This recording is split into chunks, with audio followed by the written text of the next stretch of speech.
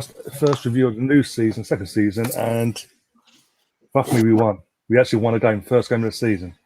What's going on? And a clean sheet. What's going on? This ain't normal. I'm used to losing our first games of the season, no matter who we play, home or away. Anyway, tonight I'm joined by Marco. How you doing, Marco? Great. Thanks for having me on. How are you doing? Yeah, I'm good, thanks. As I said, I'm still in shock. We actually got a clean sheet and actually won today in our first game, considering. And also joined by Colin from Much Arsenal. How you doing, Colin? We got a clean sheet away from home and we won our first game, lads. Hell's frozen over. Yeah, let's put it brutally. In a good way, though. In a good way. Of course. We've got the 3 points. That's what matters. No matter what who gives a fuck? Now all we've got to do is go to Burnley and get a clean sheet and 3 points there and do the same against Liverpool. It's easy. Yeah, no problem at all. The European champions, but no, it'll be fine. Pepe just run into the defence and go, bend right, boom, goal. There you go, done. Can we go home now? Yeah.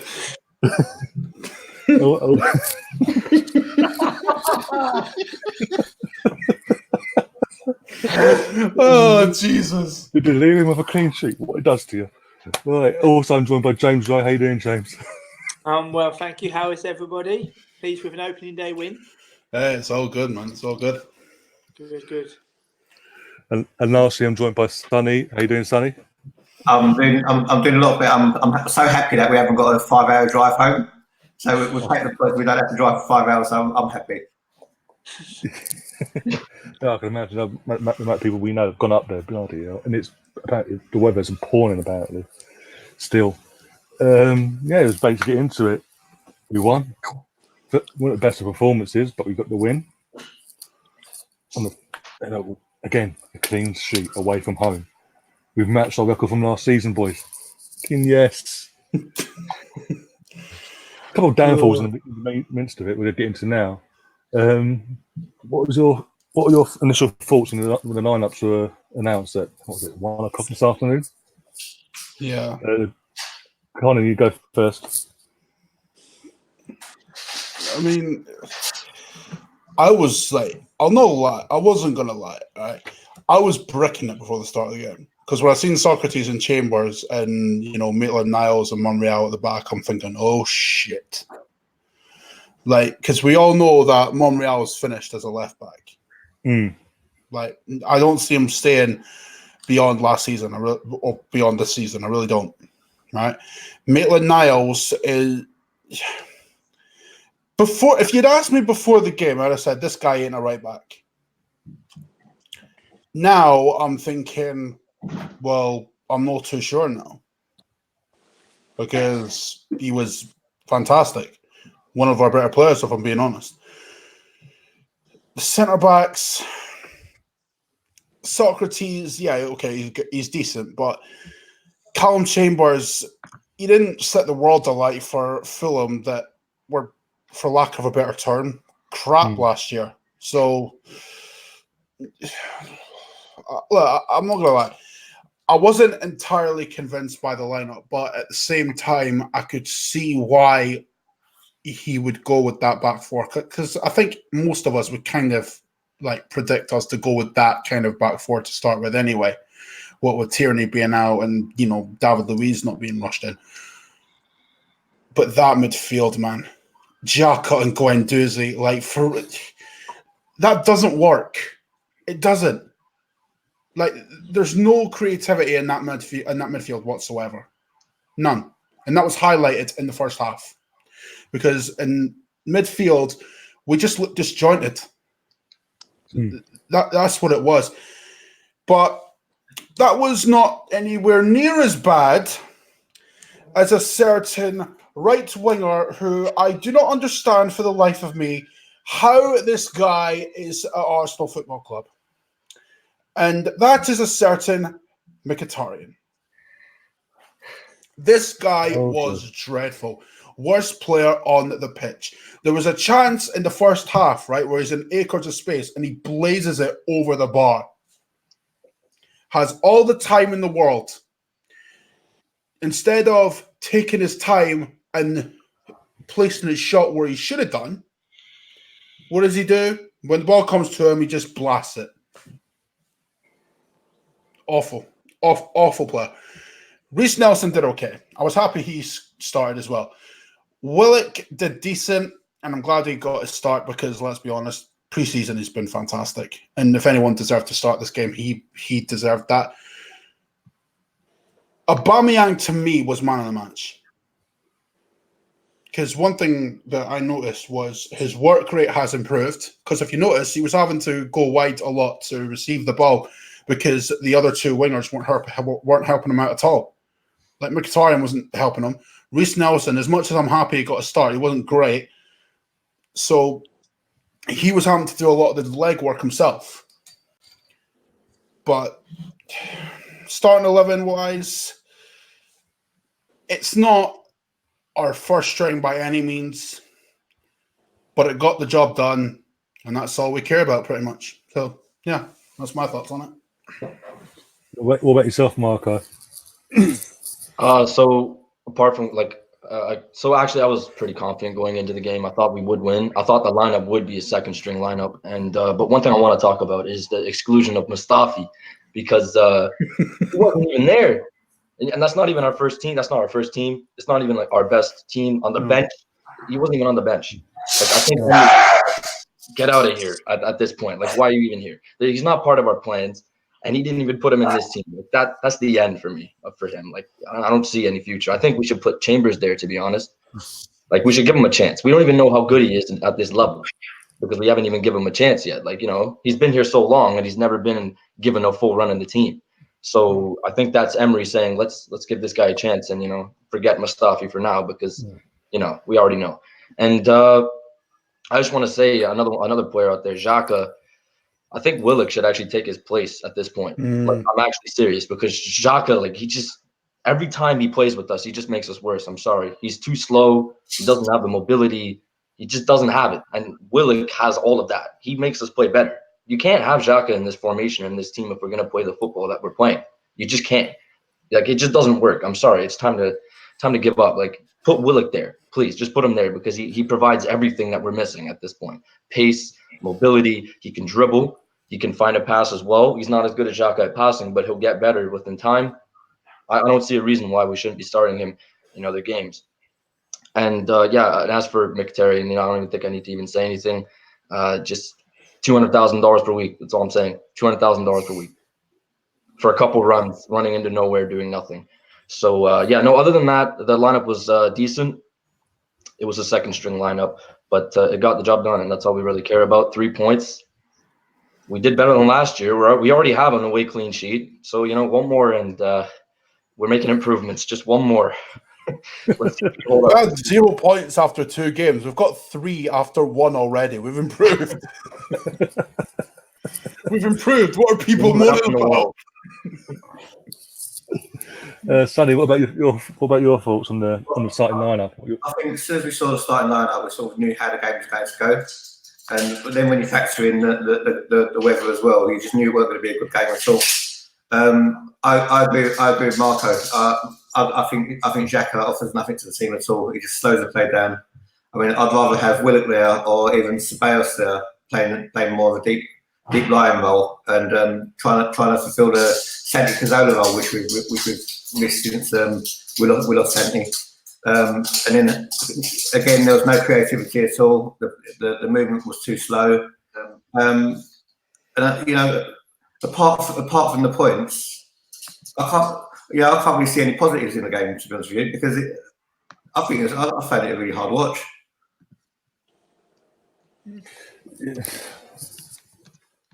Yeah, it was one of the games, but I think the weather did have a contribution to it, and in fact, we didn't have a full strength team starting for whatever reason.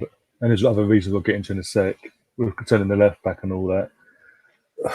It's frustrating, but what I took from it is that we got the 3 points. We did, unlike a couple of years ago, that sort of performance, we would have been lucky to get away with the 3 points. Whereas Ryan, I think those would have happened in Newcastle. Yeah, I think would have come unstuck. It's only because Newcastle was worse than us. on the day is why we come away with 3 points. It's not the fact that we've done anything special in the game. I think. No. I'm not saying that. I'm just saying that it's just under a new regime and everything. Certain players did step up at a key moment and do what they're paid to do. Unlike other people on that pitch who just gave the ball away for 15 times in the first half, and frustrated me that much. I was in a group chat, voice noting back and forth my anger towards him and Xhaka, and how they needed to come off there and then, or God help him, and how the hell is Xhaka our club captain for today? James, what was your thoughts? Pleased to get a win on the opening day. You say about Xhaka as captain. I watched him in the tunnel before they come out, and I looked at him, and I kind of thought with his body language, is he actually happy to be a captain? Does he actually know what it actually entails? But I think guys make some great points about the team that was picked. You wonder about the players we had on the bench, about match fitness going forward, because you want your best players to play. It's still early in the season. I thought Guendouzi and Chambers today had very good games in particular. And it's a long old season, as we know only too well, but it's good to get an away win and a clean sheet. I think people make the right point about Newcastle. You know, it's a good time to play them. You know, they've got like a bit of a protest going on. They're not too happy. And we've kind of caught them at a good moment, really, because they'll no doubt improve. But it's a long old season, as we know only too well. And we just have to take it game by game. And as I say, we are improving bit by bit. And see where the season takes us. Yeah, just staying on the squad thing as well, starting lineup thing as well. Obviously, the main reason we all know the reason why Monreal started, because obviously he's injured at the moment, and our other left back, for security reasons, basically, as we all know, him and Ozil had to stay back in London because obviously they were getting death threats of people standing at their doors threatening to do things. But over the weekend, it's come out two people have been arrested, charged, and are going during court in September the 8th. Just when you thought maybe things were that was all getting sorted after the first incident, we've got this news on obviously was it Friday that Ozil and Krasnodar were not going to be travelling for security reasons, and it came out the reasons why late last night. It begs the question: why weren't the FA getting involved in the first place? Up in security in the first place, because end of the day, not just at Arsenal and all clubs in general, these players are going to be targets for certain types of people. So why the FA not getting involved? Is it because it's just Arsenal? If it was anyone else, would they get involved? They're only getting charged with a public order offence to start with. So once they've done their 100 hours community service, they'll probably be back outside Ozil's door. So it's not going to be really big argument, is it? So for me, I think with this particular incident with Ozil, I think it's more of it's more of a racial thing. Seems like it. There's more of a political connotations to it. Without having to name any factors really, so I think there's sort of latched on to Ozil. But you know, if we ever want Ozil gone, I'm sure they won't go and see him in America. So Ozil might be thinking for his family's safety at the moment. Is London the best place for him?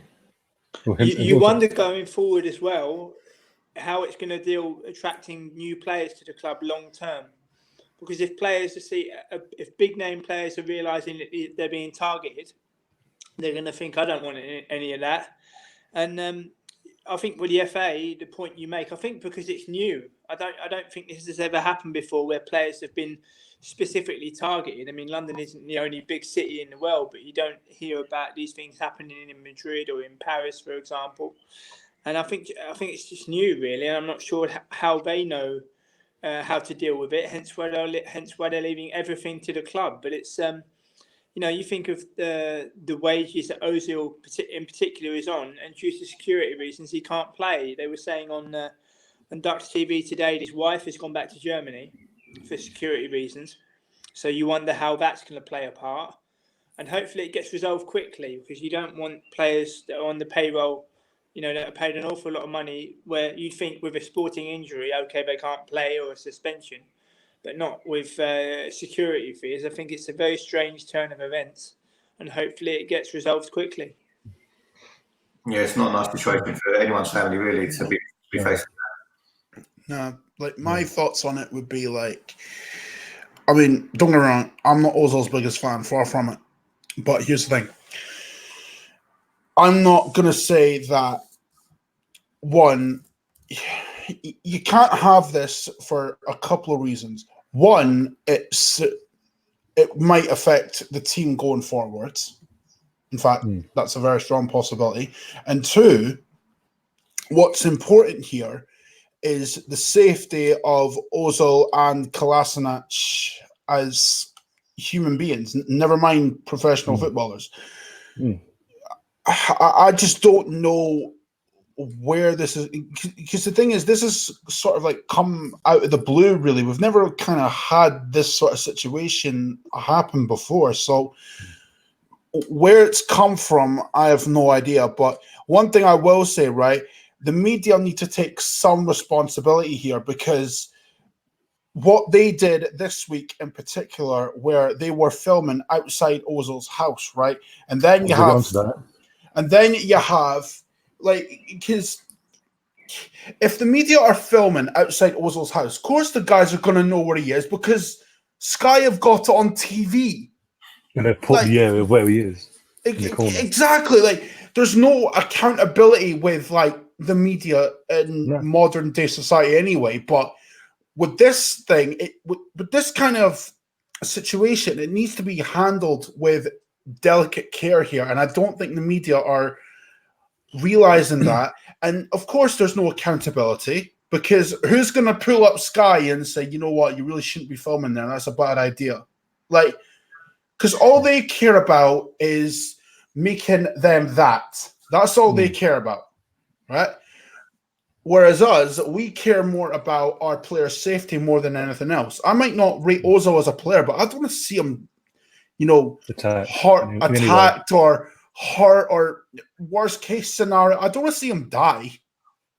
Yeah, like that's like no, that's just not me. So there needs to be accountability from the media as well as the culprits in general.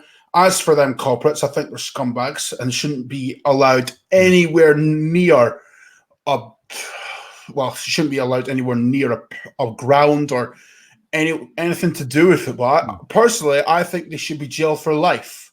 Like, people think that's harsh, but you know what? I really don't care. These guys put men's life in danger. Like, you don't do that. Twice. You don't do that ever.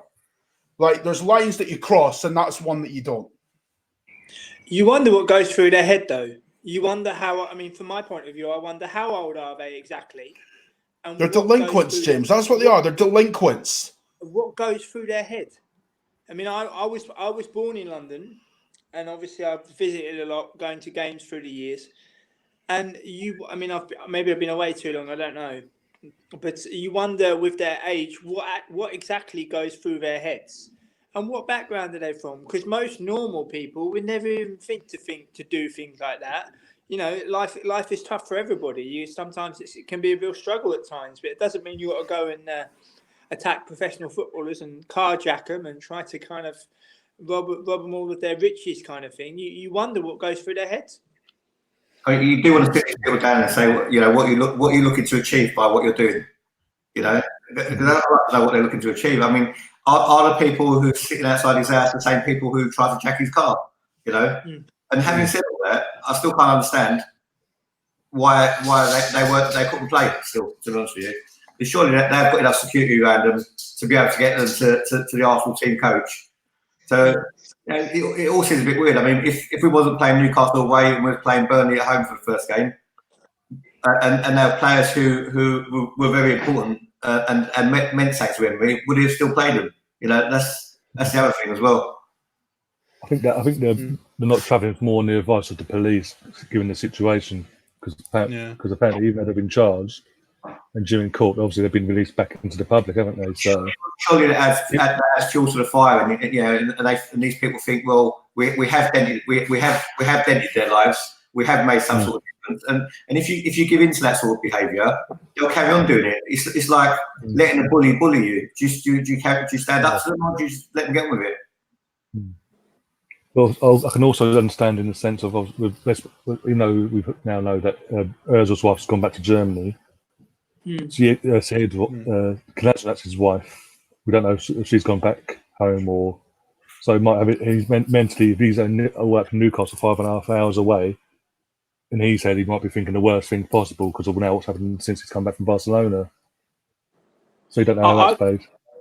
I can only go on what I heard on Dutch TV today when they were previewing the game. They said that Ozil's wife in particular has returned to Germany. They didn't mention about Kolasinac. But hopefully it's resolved quickly because it's very, very strange times we live in. James was saying, how old are these people? What's their demographic? I'm pretty sure they're probably around my age. I'm not too old. I'm 19. So they're probably like some hooligans my age, trying to, A, make a statement, B, trying to, look tough towards their friends or something, or they're trying to make money, either one of those things. But, again, I can't understand why anyone want to do that. Like, even if you're young and stupid, like, why would you want to do that? Like, you're just endangering yourselves. You're endangering these innocent people who haven't done anything. Like, they're just footballers. Yeah, they're rich and they might stunt around their cars. You might not like that, but that doesn't mean you can, go into their car, with knives. Like, how do you even get that? Like, it would look like a sword pretty much what the guy had. It was like ridiculous. Like, how do you even get that? Why would you be carrying that around in the first place? I don't know. The way I see it, right? It's a lot worse in London. There's a lot worse. There's acid and everything. The way I see it, right? These guys are two things. One, stupid, because if you really think about it, right? Do you really think Ozil and Kolasinac are not going to have security monitoring their house, like, and that the media aren't going to latch onto that? Of course they are.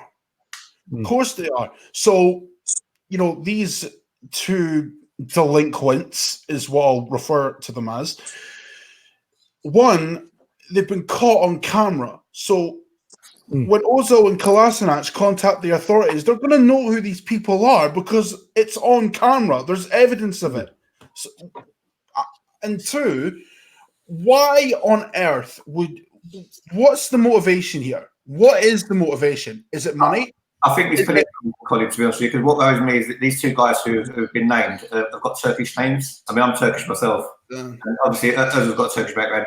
Turkish people and Kurdish people, there's a lot of Kurds in Turkey as well. And to be honest, you can't tell the difference between a Turkish person and a Kurdish person. So I think it's more personal than just something random by the sounds of it. Well, yeah, either way, bro.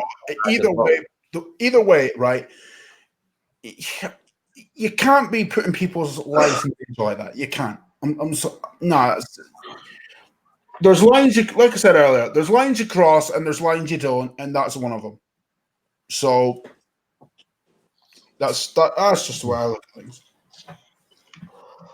Well, exactly. As I said, as we've all said, hope this gets resolved as soon as possible, so everyone is safe and everyone can get back to in all correct terms, back to reality and move on from this.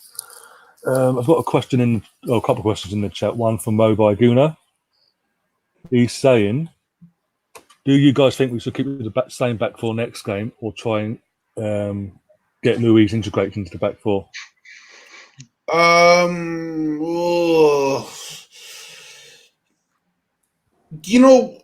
Part of me thinks maybe stick with the same back four because it kept a clean sheet. No. The logical part of me is thinking absolutely not.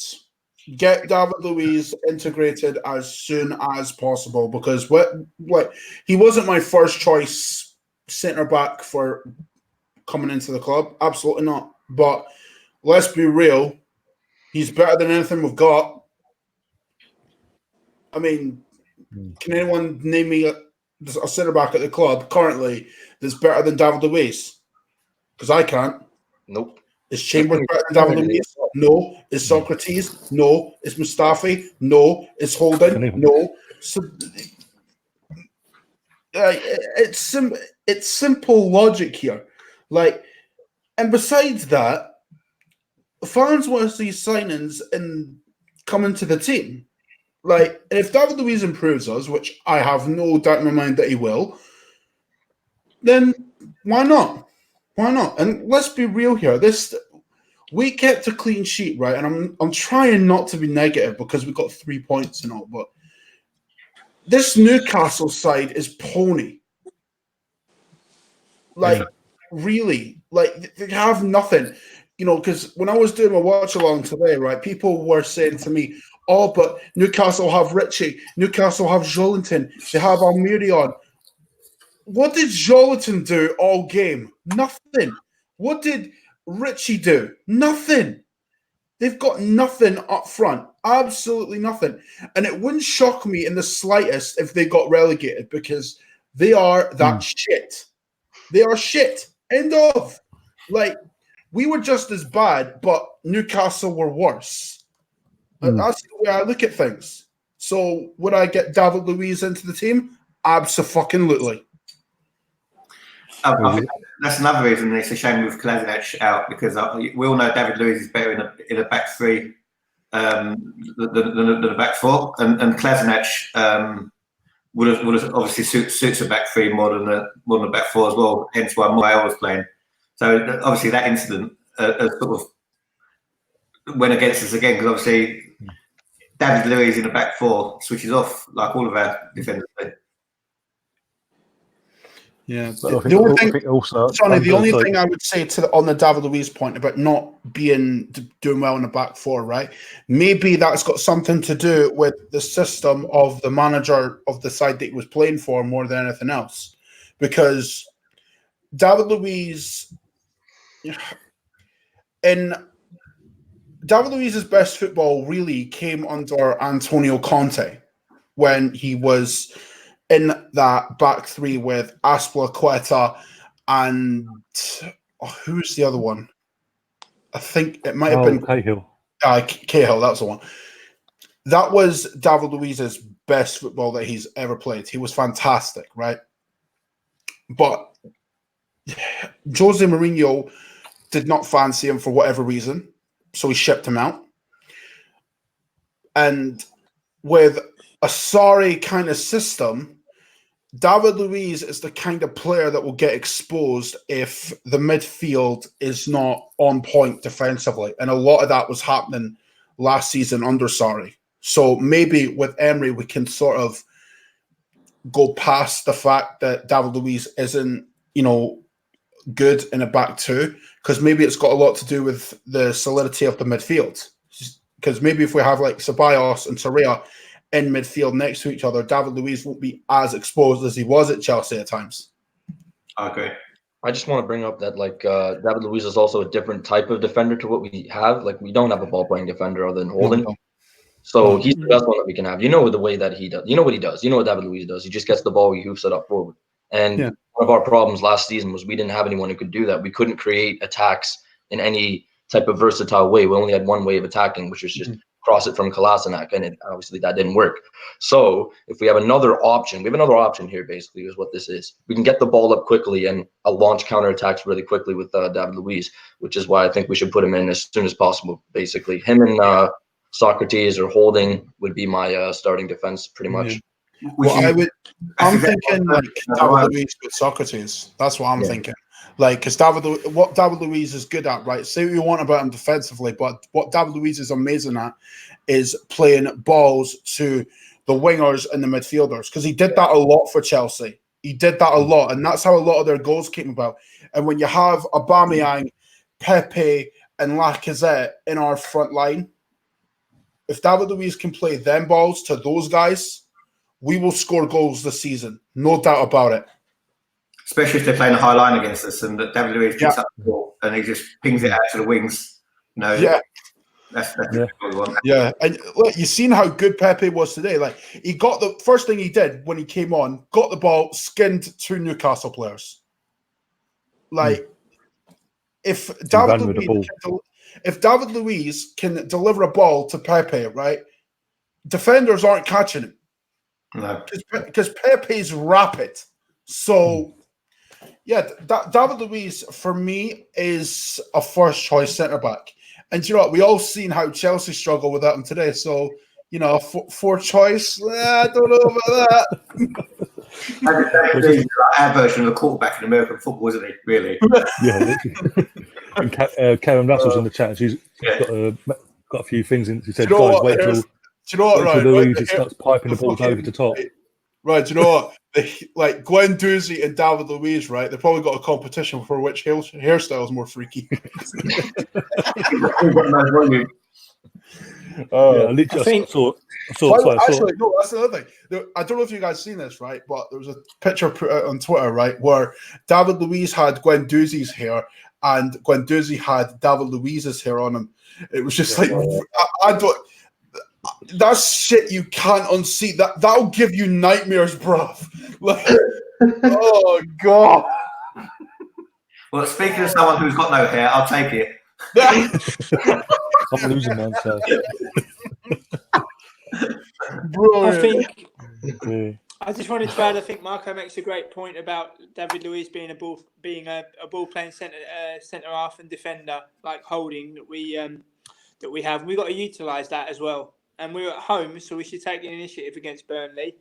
And I, just change things a little little things here and there. But I think David Luiz will, considering it was £8 million in a 2-season deal for someone who's experienced with the likes of Benfica, Chelsea, Paris Saint-Germain, and Brazil, you can't really buy that experience, to be honest. And I think it will stand us in good stead as the season goes on. He's had two £50 million moves, isn't he? He can't be a bad player.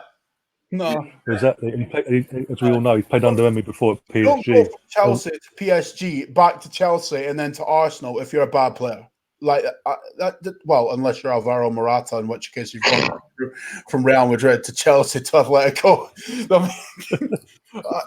Okay, maybe that's a bad omen, but David Luiz, he is a good player. I have no doubt in my mind about that.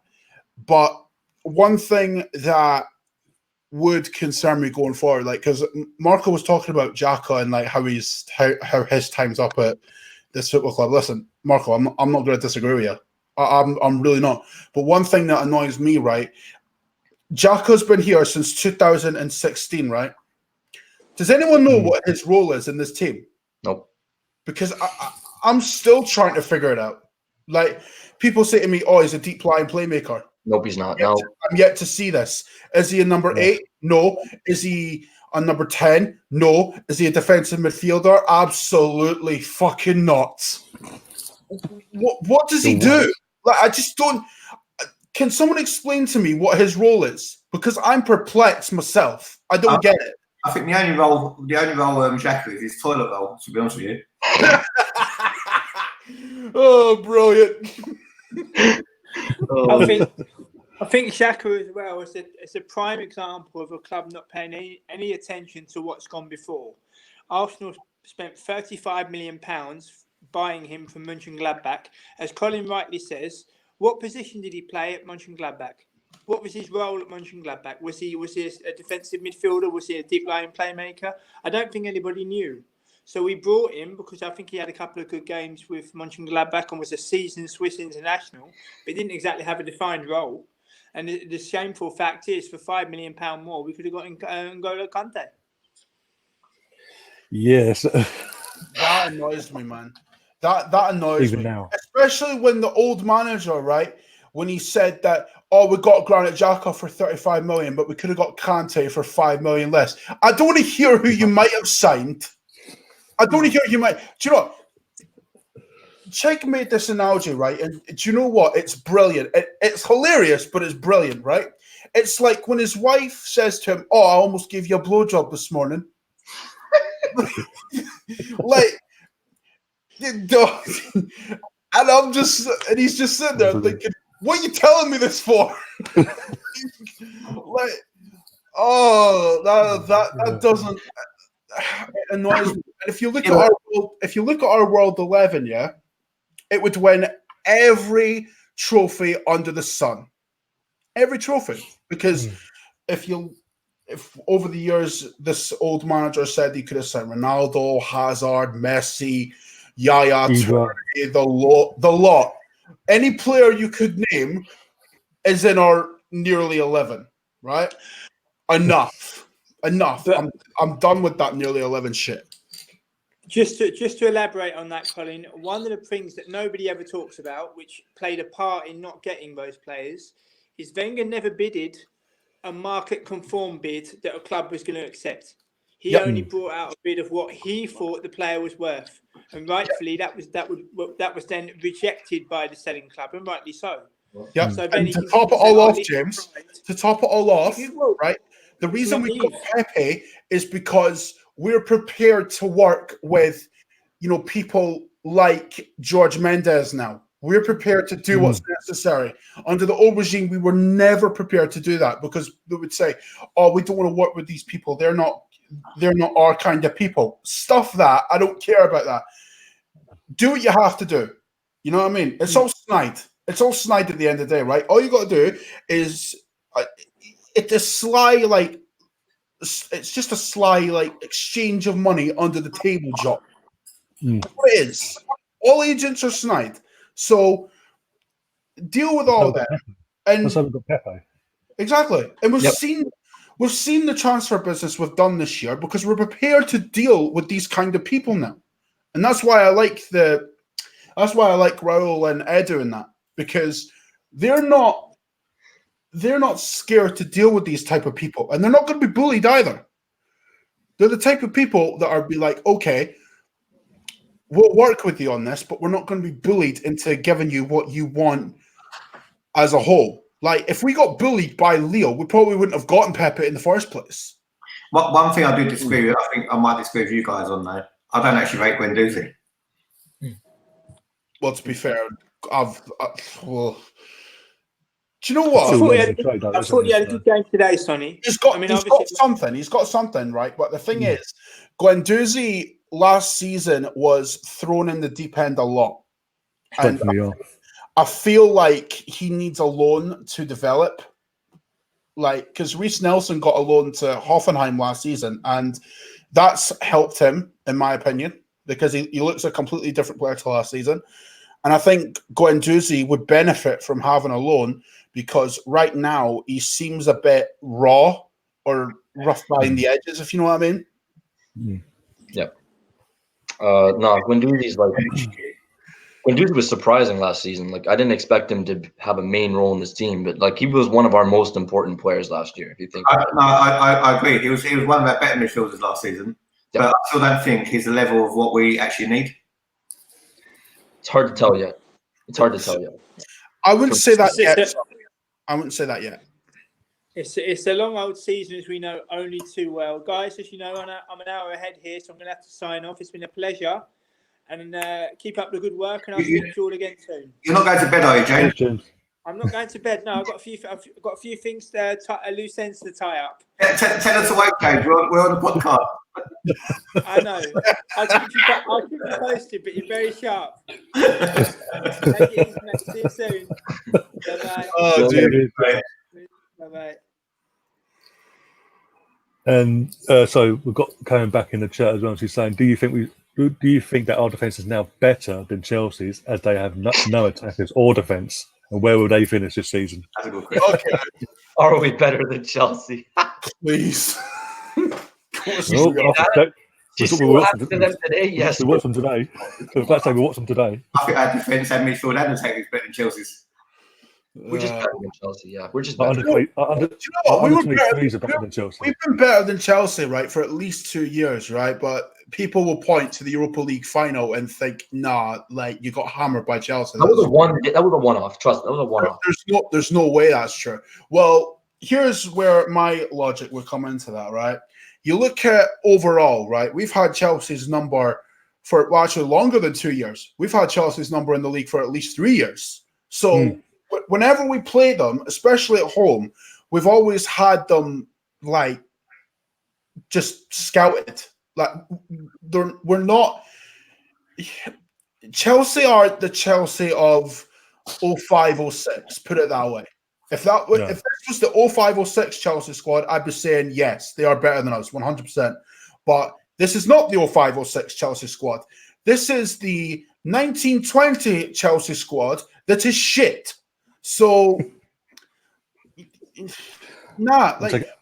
when your strikers are Tammy Abraham, who let's be real, he's championship level at best.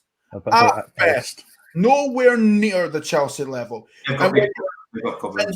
And then your striker beyond that is our ex-striker who we considered not good enough as first choice for Arsenal Football Club in Olivier Giroud. Now, all of a sudden, that's good enough for Chelsea. No. That was the difference. He was the difference between us and them last year. That was it. That was the only difference between us. Hazard was the only reason they got in the top four. Hazard was the only reason. Like London Old School has just said, Chelsea are going to struggle without Hazard and with Lampard in charge. 100%. Hazard is the sole reason why they are in the Champions League this season. 100%. Because without Hazard, they don't win as many games as they did last season. They drop more points. And right now, the way Chelsea are, I'm not jumping the gun here, but I can see them finishing mid-table. Yeah. Their squad is not good enough. Their strikers are Tammy Abraham and Olivier Giroud. That is not good enough for Chelsea. Their midfield outside of Kante and Jorginho is dead. We're speaking of there. Kovic. I can't pronounce his name. Kovic is shite, mate. Yeah. He's shite. He's average. I wouldn't even have him for Arsenal. Legit, I wouldn't. And I'm not saying that our midfielders outside of Ceballos, Torreira, and Willock are, anything amazing. Anything they're still better than what they've got. For fuck's sake, I'd take our midfielders over that any day. I've got a lot of faith in Ceballos this year, though. I mean, what the little we've seen of him, I mean, you can't really judge him on today because he probably don't like playing in the mud, but I've got a lot of faith in Ceballos. I think he's going to be a very big player for Arsenal. I think we're going to really miss him the season after if we can't get him. Do you know what, Sonny? I think we will buy him. And do you know what he reminds me of? He reminds me of Santi a little bit. Yeah, he does. Like, his technique on the ball, his first touch. Not as good as Santi, but fairly similar to him. Yeah. But with us in Chelsea, right, the only difference between us and them is, well,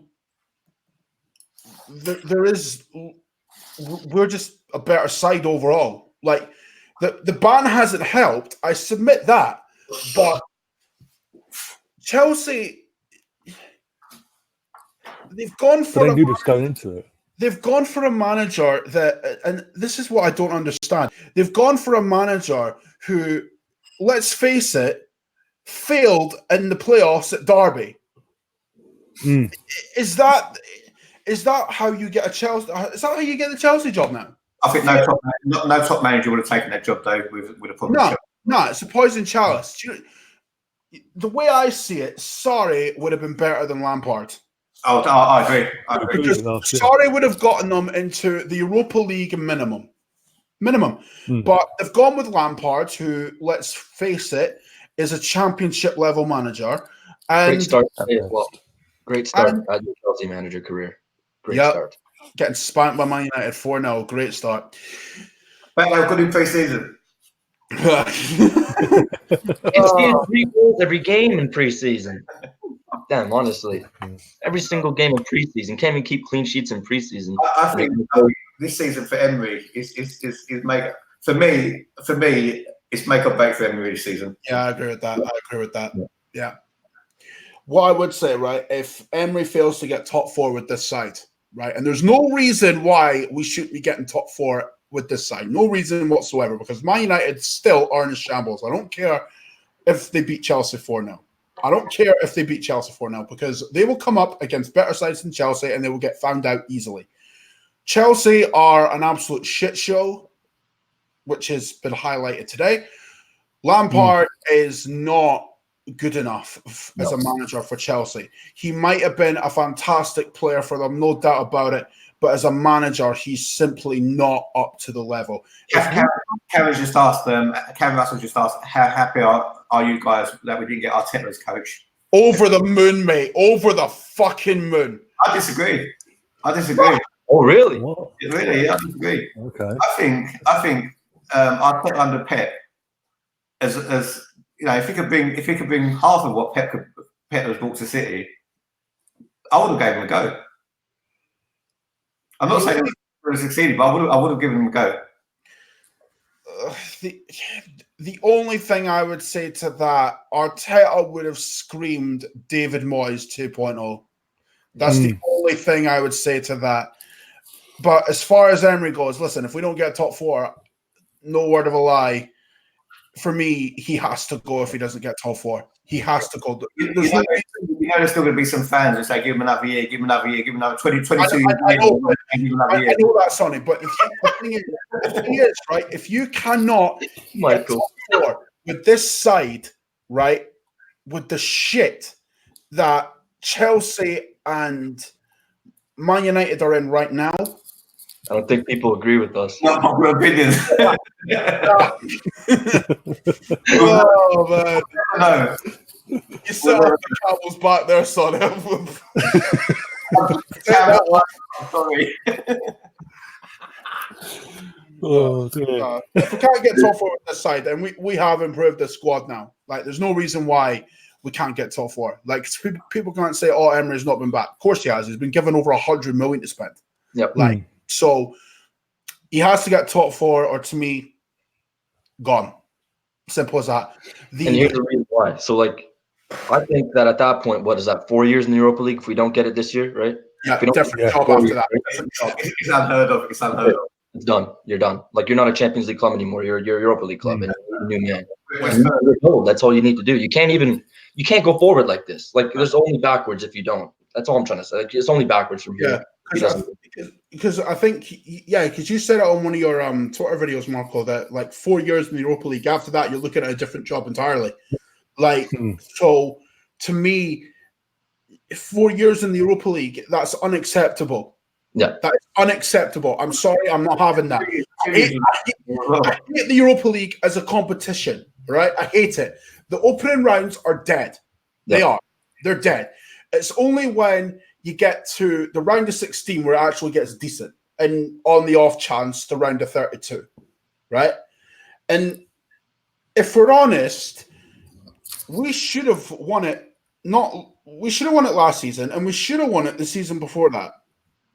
We should have done. We are not a Europa League club. We're not. We're definitely not a Europa League squad this year. We're definitely a Champions League. No, this squad is Champions League. This squad is definitely Champions League level now. If Emery can't get top 4 with this side, then nah. You never will. Yeah.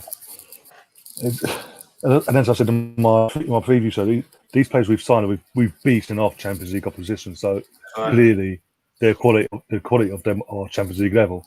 It's adding to the equation, you've got Man United in transition again under Ollie, again.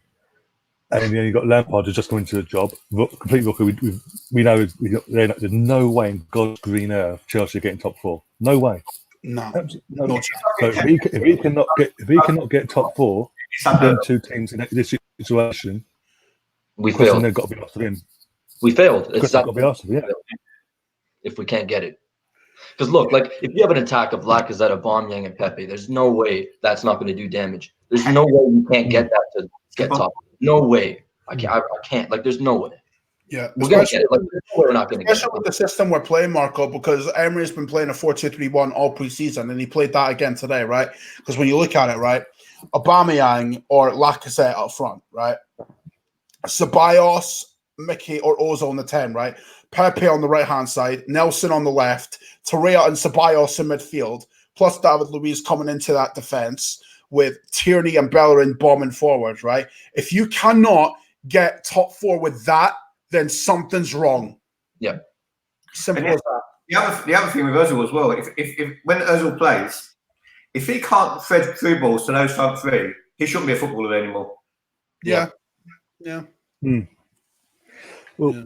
also we've got in the chat. Obviously, Karen's obviously got a few messages, and one of them is saying, literally, we are finishing third. Literally, 8 teams above us will be Liverpool and City. End of. As far as she's concerned, that's it. And again, Guna Michael in the chat saying pretty much the same thing. This squad, pound for pound, is better than United and Chelsea. If you don't get Champions League, then Emery has to go. Yeah. Player for player, we're better than Liverpool. 100%. I think player for player, I think we're better than Liverpool. Really? I think so. Well, If I They can gel quicker now. Quality-wise, I would agree. But in terms of a squad as like being gelled together, that's we're nowhere near yet. No. Because we just brought in these players. And what Liverpool did in 2016, right? Because they built from a base with Mane, and I feel like that's what we're doing with Pepe. Because let's be real, Pepe is not going to be here forever. No. Like, given time, big like Barcelona, Real Madrid, Bayern Munich are going to be sniffing around him.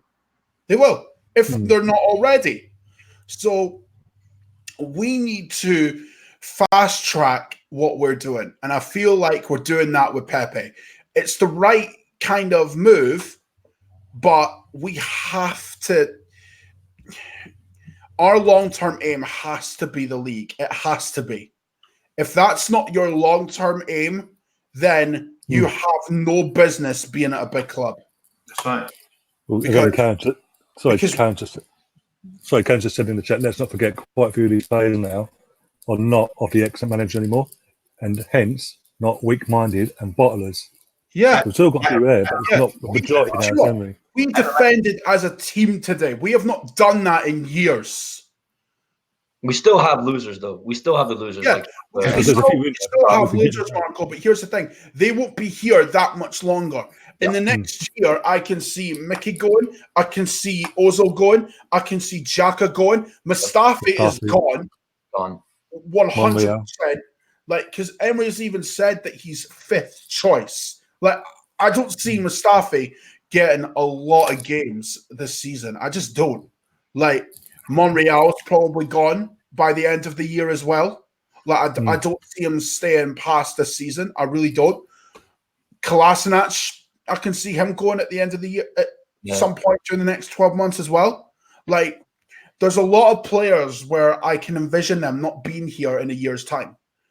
And the difference between now and 2 seasons ago, I trust the people at the top of the club to work things out, have a plan, and go for it accordingly. They've done that. They've done that this season. So there's no reason why they won't do that again. No reason whatsoever. Well, this is Arsenal, and we are with the Cronkies. So, like, they could just be, I'm not saying, like, this is what's going to happen, but they could just be like, all right, let's shut the fans up because they're doing these protests. Let's shut them up for this season and then, throw them nothing for the next 2 seasons. They could just do that. But no, I think they're going to kick off. They won't because money in. I don't. No. Yeah. I don't think the Cronkies put any money in. They said we're only excited because of what Rail could be able to pull off. It's not. I don't think the Cronkies have done anything different. No.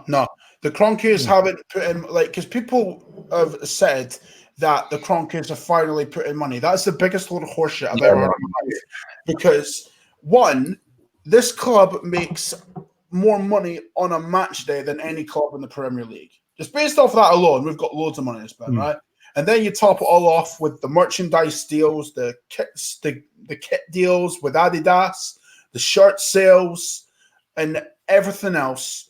We have money coming in by the seams. So it's not like Kroenke's put money into the club, because let's face it, he hasn't.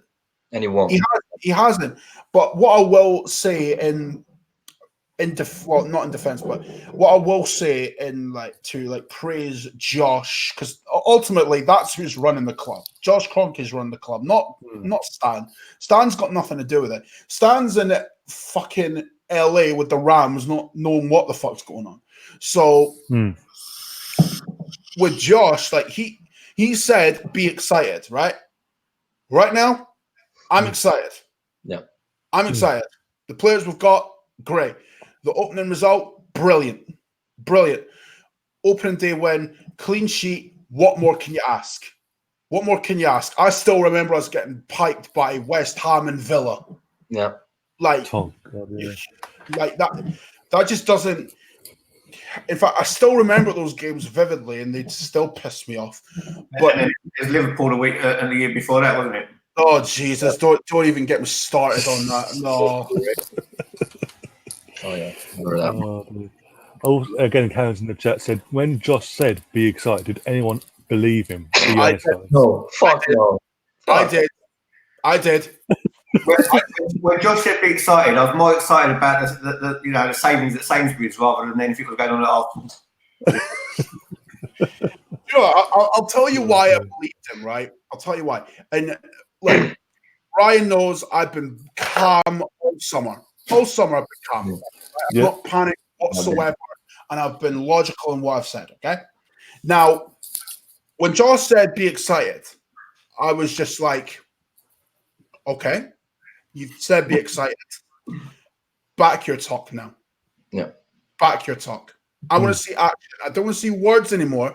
I've seen all of this from Ivan Gazidis, but no action taken whatsoever.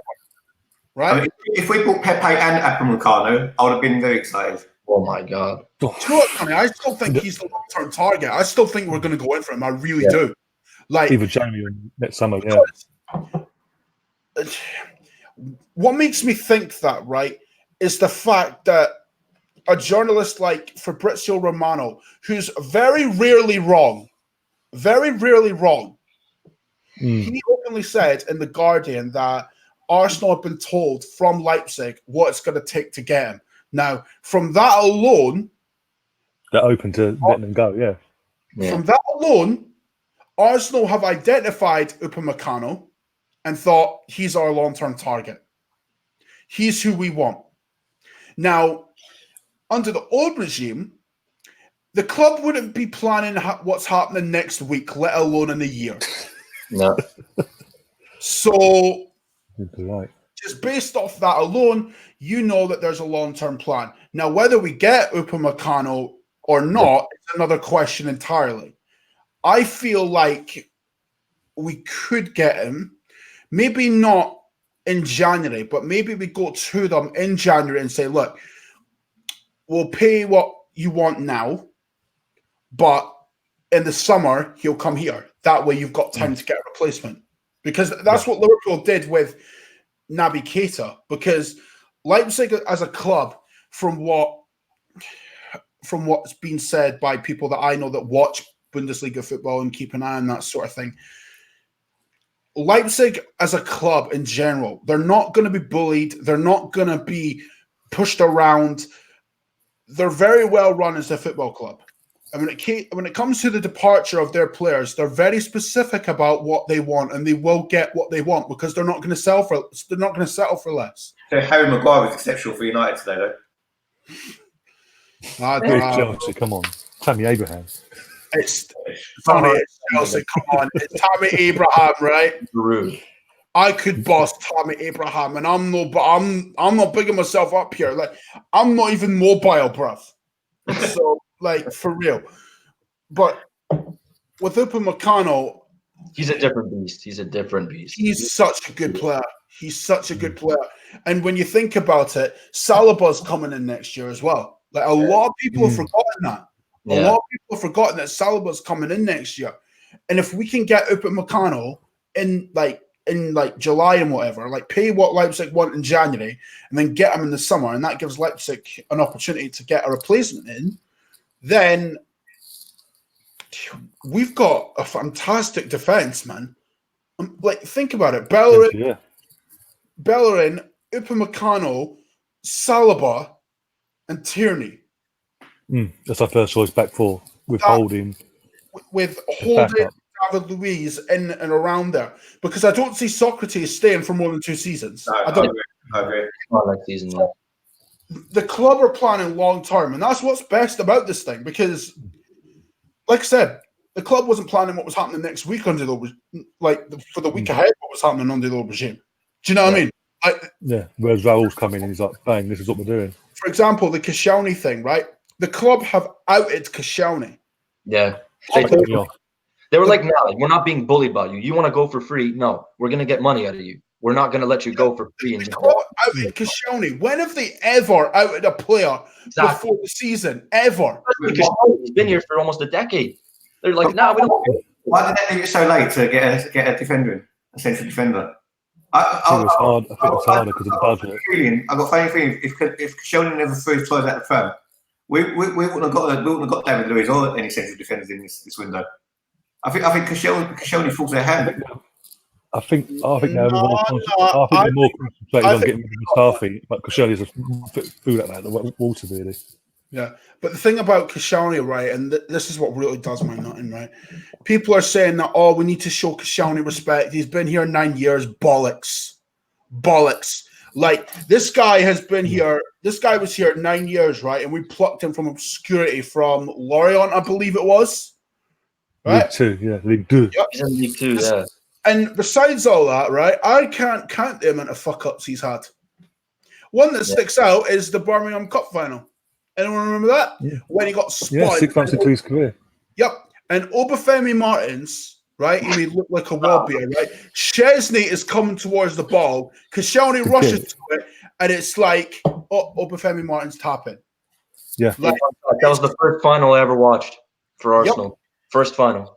Yep. I mean, last season was the other season was worse though against Atletico Madrid. Don't get me started on that, bro. But Koscielny, right? What annoys me, right, is that he's basically disrespected the club that made him. Like, badly, and the fan base as well. Exactly. Like, and the unveiling video, right? Forget not going on the preseason tour. That was bad enough. But what he did on the unveiling video, where he has the Arsenal top from the Europa League final, right? It might have been from the Europa League final. I don't know. It's not even this season's kit. So that's just a crime by itself. But the fact that he takes that kit off and reveals a Bordeaux shirt, right? And to top it all off, it's so cringe. Like, it's going to a fucking ignition fucking thing or whatever it was. It was so cringe. I had to like walk away just like out of pure anger because I was just like, you know what? Fuck it. Nah, dead. Like, whatever Koscielny's done for this club, right, is now, for me, it's not even worth remembering anymore because he single-handedly destroyed whatever people would have thought of him if he had left, in a respectful way. At least with a Wobie, he actually sent a nice letter to the fan base thanking everybody for their support. Jenkinson as well. Did Koscielny do that? Fuck no. Even Jenkinson gets more respect. Yeah. Jenkinson, definitely. They left with class, didn't they?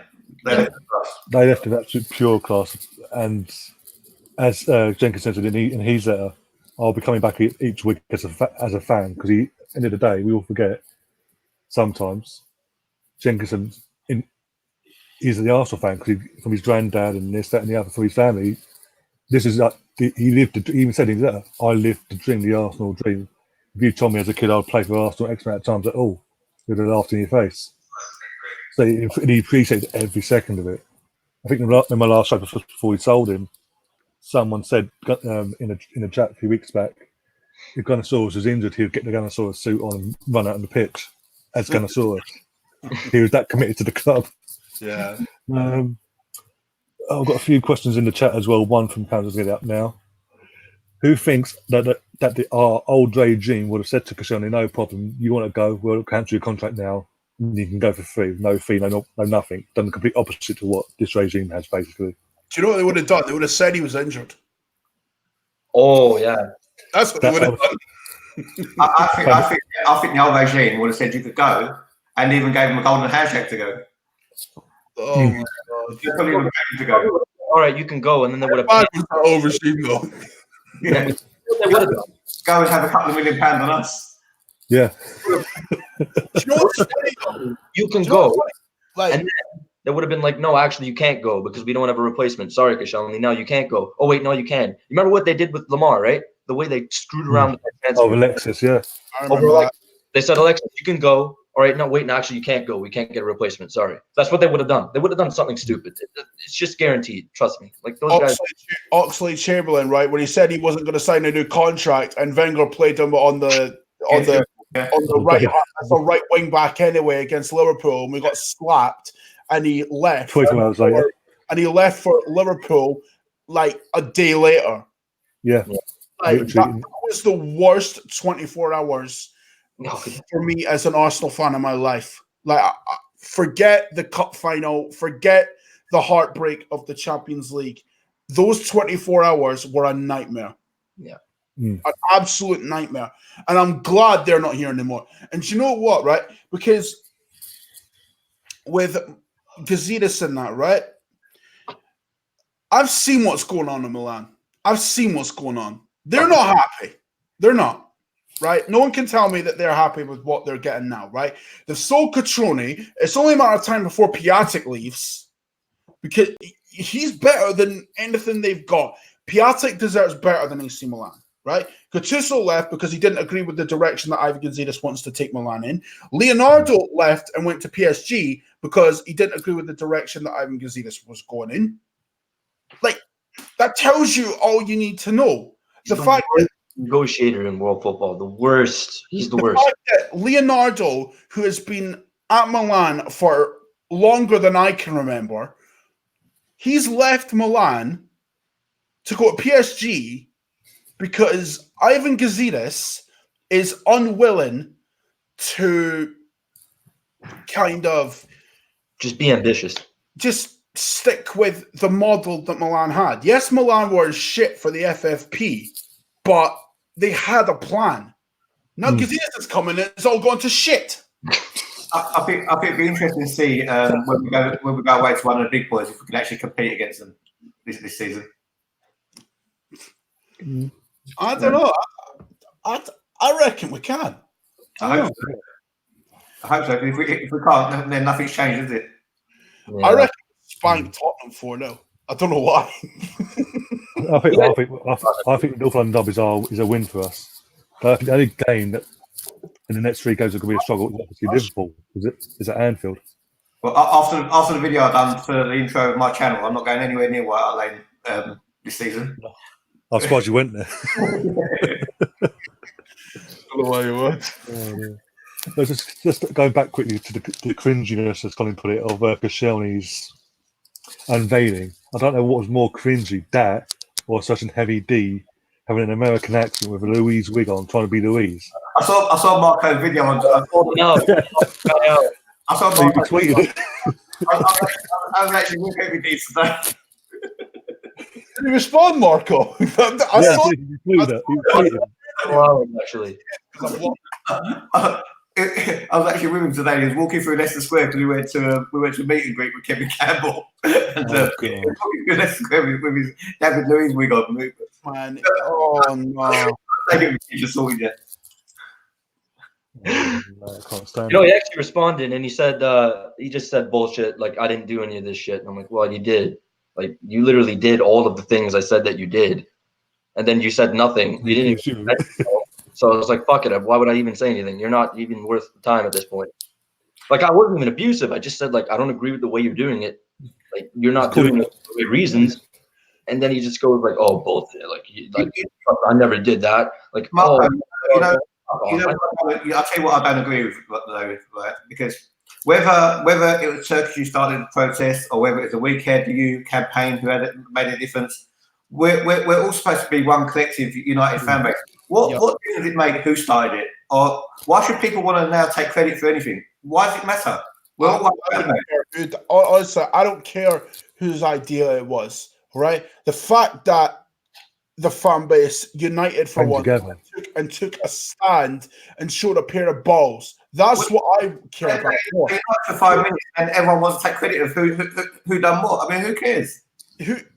Who gives a fuck? No, I don't care. I don't care. I don't care, do you? I was more happy with, like, you know, the fan base uniting for once. Like, something you would say about this fan base, right, over the last 10 years, right, is that they're pushovers, that they're spineless, that they're pussies. So really, the fact that we were willing to make a stand and show some balls, that's a change to recent years. Who the fuck cares who started it? Seriously, like, we're all Arsenal fans at the end, right? I might not rate Xhaka or Mickey or Ozil or any of them, right? But if someone else does, I'm not going to get into an argument over it because it's a waste of energy. It's a waste of energy. I'd rather use my energy in a positive light to back the team, back the manager, and, you know, see positive results. Whether that's a win, a loss, or a draw, regardless, I just want to see the team do well. That's what we all want. That's what we all want, right? If the protest really made a difference, then fine. But no one should be taking credit for it. Nobody. You know what? The way I see it, Heavy D is one of the cringiest fans I've ever seen in my life, right? One of the cringiest fans I've ever seen, right? Yeah. One, he has I don't even know if you would call it a belt. I would call it a mockery of a belt. Mockery of a belt. Do you know what it reminds me of, actually? I've not mentioned this before, but it reminds me, and do you know what? Marco will remember this. It reminds me of what the Divas title looked like back in the day. That's what it reminds me of. That's what it reminds me of. So, really, it's so cringe. Like, why would you even do that? Like, you know, it's a cringe ball, man. Like, he just, like, the fact that he wants to take credit for it is the fact that, like, really annoys me. Like, that shows me that it's not about Arsenal. You're trying to take credit for it for no reason. All you did was stand there. I've been on a live show with him, right? I swear to God, I cannot. When it was a while ago, but I can't, like, whenever he's talking, I literally want to just or basically glue my eyes together and drink a bottle of bleach. That's how cringe he is, right? The megaphone is ridiculous. I'm sorry. It just is. The megaphone is ridiculous. And to top it all off, he went to the protest, he had the belt, he had the megaphone, but he's wearing the Adidas kit. He's wearing the Adidas kit. Like, what is he doing? Woody, I thought you were supposed to be protesting. Yeah, but against the kid. Like, Heavy D has done what he's achieved to do. He's got everyone talking about him. You know what? Fair play. He's got attention, fine, but still, like, it doesn't mean I have to like you. Like, that's all. You have your attention. Good job. You got attention, fine, but don't sit there and say that the protest was your idea and that you started it, because we all know you didn't. We all know you didn't. We're not stupid. Who cares who started it? Who cares? I don't. I'm more interested in what Arsenal are doing than what some fucker with a megaphone's doing. Let's get the chat back to Arsenal anyway, rather than that's it. Do you know what? That was Ryan's. Blame Ryan for that. Oh, hands up for that. Not a memorable one either. I've got a question inside from Gunnar Michael as well.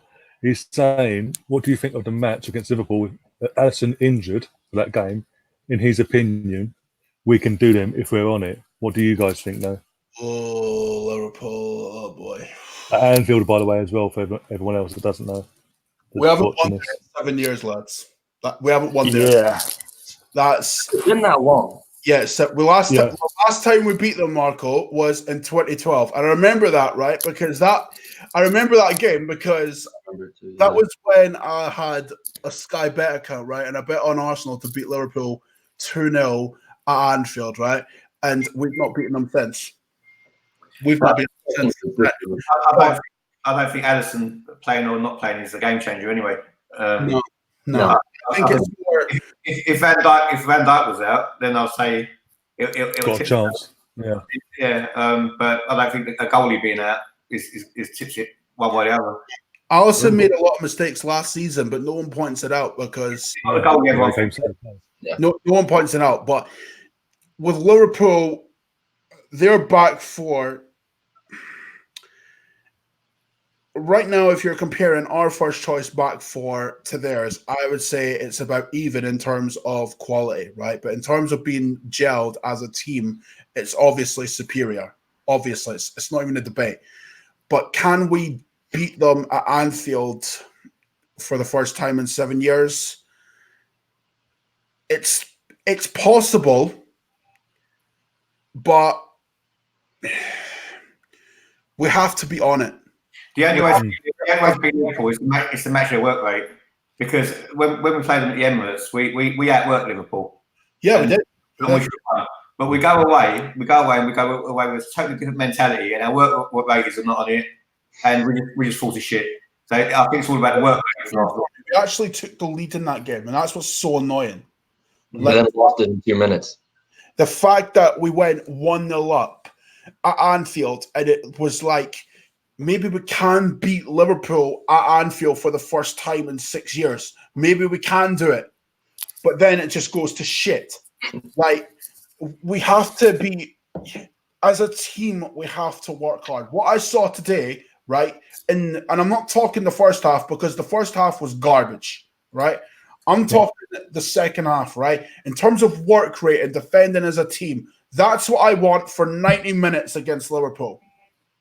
Fuck this bullshit of Xhaka and Mickey starting. None of that. None of that. They cannot start against Liverpool. Otherwise, you might have started with 9 men. Yeah. But will we get what we got in the second half today for 90 minutes against Liverpool? I don't know.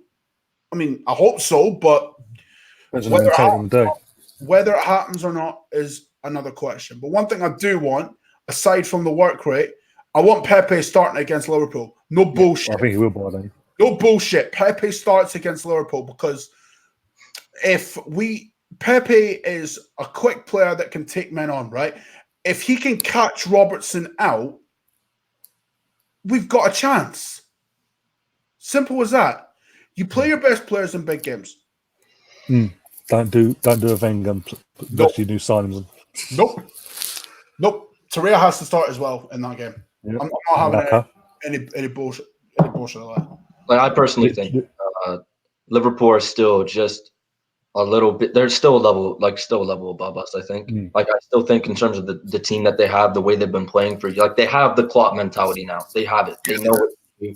They've been drilled in it. They just won the Champions League. They're obviously a brilliant team. I think that even if we're at our best, if they're at their best, it's not really like we're still gonna come out short, in my opinion. But yeah, we still have a chance because we're better than we were last year. Obviously, we have more of an opportunity than we do last year. So it's definitely possible. But I still think Liverpool, like, if they're on it, we're gonna have to, probably take care.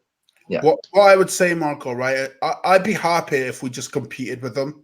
Yeah. And kept it close. Like, if we lost like 2-1, right, but we were in the game the whole time, I'd be all right with that because that's an improvement on the last 7 years at Anfield, easily. That's an improvement because when we went to Anfield last year, we went 1-0 up, right, and we got absolutely spanked after that. It was embarrassing. It was embarrassing. The year before that, we went to Anfield and got absolutely piped 4-0. It was beyond embarrassing. Tactically, it was embarrassing. Performance-wise, it was embarrassing. The whole game was shocking. I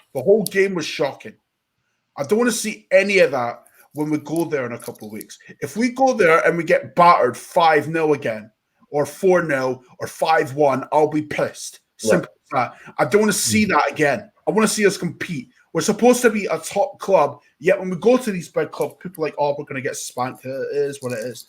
Nah. We're Arsenal Football Club. We shouldn't be going to these big clubs and expecting to get absolutely battered. I think we're at our best when we press high, and how we started at the start of the season last season, and for some reason we went from pressing to not pressing. You know? Yeah. No, that I noticed that. Like we started off the season with this new pressing mentality last season, and then around January it just kind of disappeared. It wasn't there anymore, and we just had nothing. I don't even know what happened. I don't even know what our tactics were from onwards from that. But no, I think this season, because Emery had a completely different style to Wenger, right? So I think the players now have a little more idea, even though they're new players, most of them that will be starting and that are most important. I think they have more of an idea of Emery's system now, so they'll be able to play pressing longer and hopefully for the entire season. You know, because like if they do the same thing they did last season, you know, expect to have similar results. Marco, whose style of play did you prefer though? Emery's or Wenger's? You mean like at the best? Yeah. Yeah, I prefer Wenger's, to be honest. Like, I gotta be honest. Wenger's style of play when it's at its best is Some of the play under Wenger was exceptional. Even when we weren't competing for the league. it was unbelievable, actually, to be honest. Wenger was a great tactician back in the day, but I don't know what happened. You know, I can't explain that. But no, yeah, Emery Ball, it started off great. Like it started off, oh, this is kind of like Man City, but in a slightly worse and less, I guess, intense version of Man City. Pretty much is what I thought of us as, like, you know, kind of like a B-Tech Man City. And then we kind of just devolved into nothing at that point. Like, I don't know what happened, but no, I think we'll kick on from that this season. Yeah. Do you know what, lads? Controversially, right? I prefer Emery's play style to Wenger's at its best. And I'm going to tell you why, okay? With Wenger, you know what you're going to get. You know what you're going to get. Passing football, silky football, and, you know, just absolute domination with that Invincibles. You know what you're going to get, all right? Now, where Wenger's downfall was when Fabregas was sold, right? Because when Fabregas, the reason we played the 4-2-3-1 shape was because of Fabregas. That's why. And when he went to Barcelona, we didn't change it back to the system that was working before. Because before Fabregas, we played a 4-4-2. And then when Fabregas came in, we switched it to the 4-2-3-1. But then when Fabregas left, we didn't switch back to the 4-4-2 and just buy players to suit that. Or he didn't buy a player that would suit the 4-2-3-1 system. Either way you look at it, Wenger failed in that aspect. Now, as far as play style goes, I prefer Emery's play style because it's more suited to the modern game than Wenger's is. And what would you call Emery's playing style? I mean, explain Emery's playing style at the moment because I still can't figure it out. Okay. Well, if you look at it from the start of last season, he was looking to play it out from the back, but when Holden went down injured, I think that's what killed that because, you know, he didn't really have a ball playing centre half where they could build play out from the back, and Rob Holden did an excellent job of that because when Rob Holden was in the team, we were playing fantastic football under Emery. Yeah. Fantastic football under Emery. And with what's great about the addition of David Luiz is we can play out from the back with him in the team, but we don't have to worry about him being out for a long extended period of time. Because what happened to Rob Holden was a complete freak accident. Like, injuries like that generally don't happen on a regular basis because Rob Holden's not really got a history of injuries like that. No. So, to me, that's really what killed our season. Rob Holden getting injured. Like, a lot of people don't realize how big of a loss that was. I think the player we're missing though, Colin. I think the player we're missing is because Emery's style of play. It predominantly is stand the wings, cut the ball back, and attack him. The player I think we're missing is someone who can actually beat someone in midfield and make something. So hopefully Ceballos is that player. But I think we need. We need to both. What we need, with the style of play now, right? Because Emery has obviously gone back to what worked at the start of last season. He's obviously reverted back to the 4-2-3-1 shape that we had. Now, I like that because, one, he's going to what made us look so good in the first place, and two, he used it in pre-season as well as today and he's stuck with it. So that makes me think he's going to stick to the system regardless of what happens or whatnot. And truthfully, I'd rather that, because last season, what annoyed me, right? I gave Emery a free pass last year because I knew this team was shit.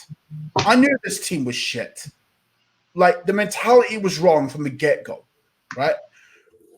But now we have incomings coming in that make us better. David Luiz, compressed from the back. We have Pepe, Martinelli, Lacazette, Aubameyang, all of which compress from the front.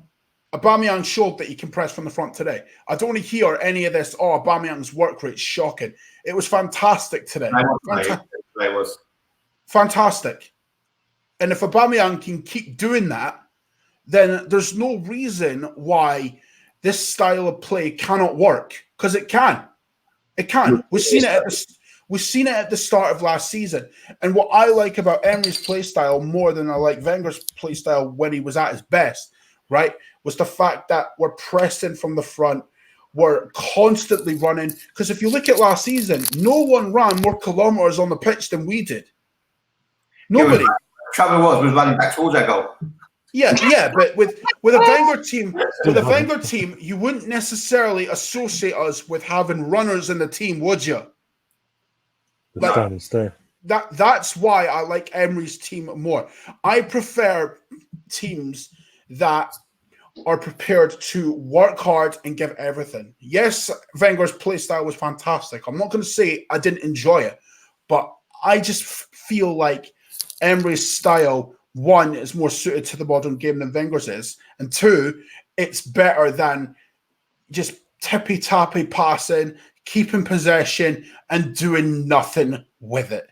Yeah. Like, the amount of games I've seen over the years where we've kept possession of the ball and we've done fuck all with it, that genuinely annoys me, because, because there was one game, right? Not an Arsenal game, right?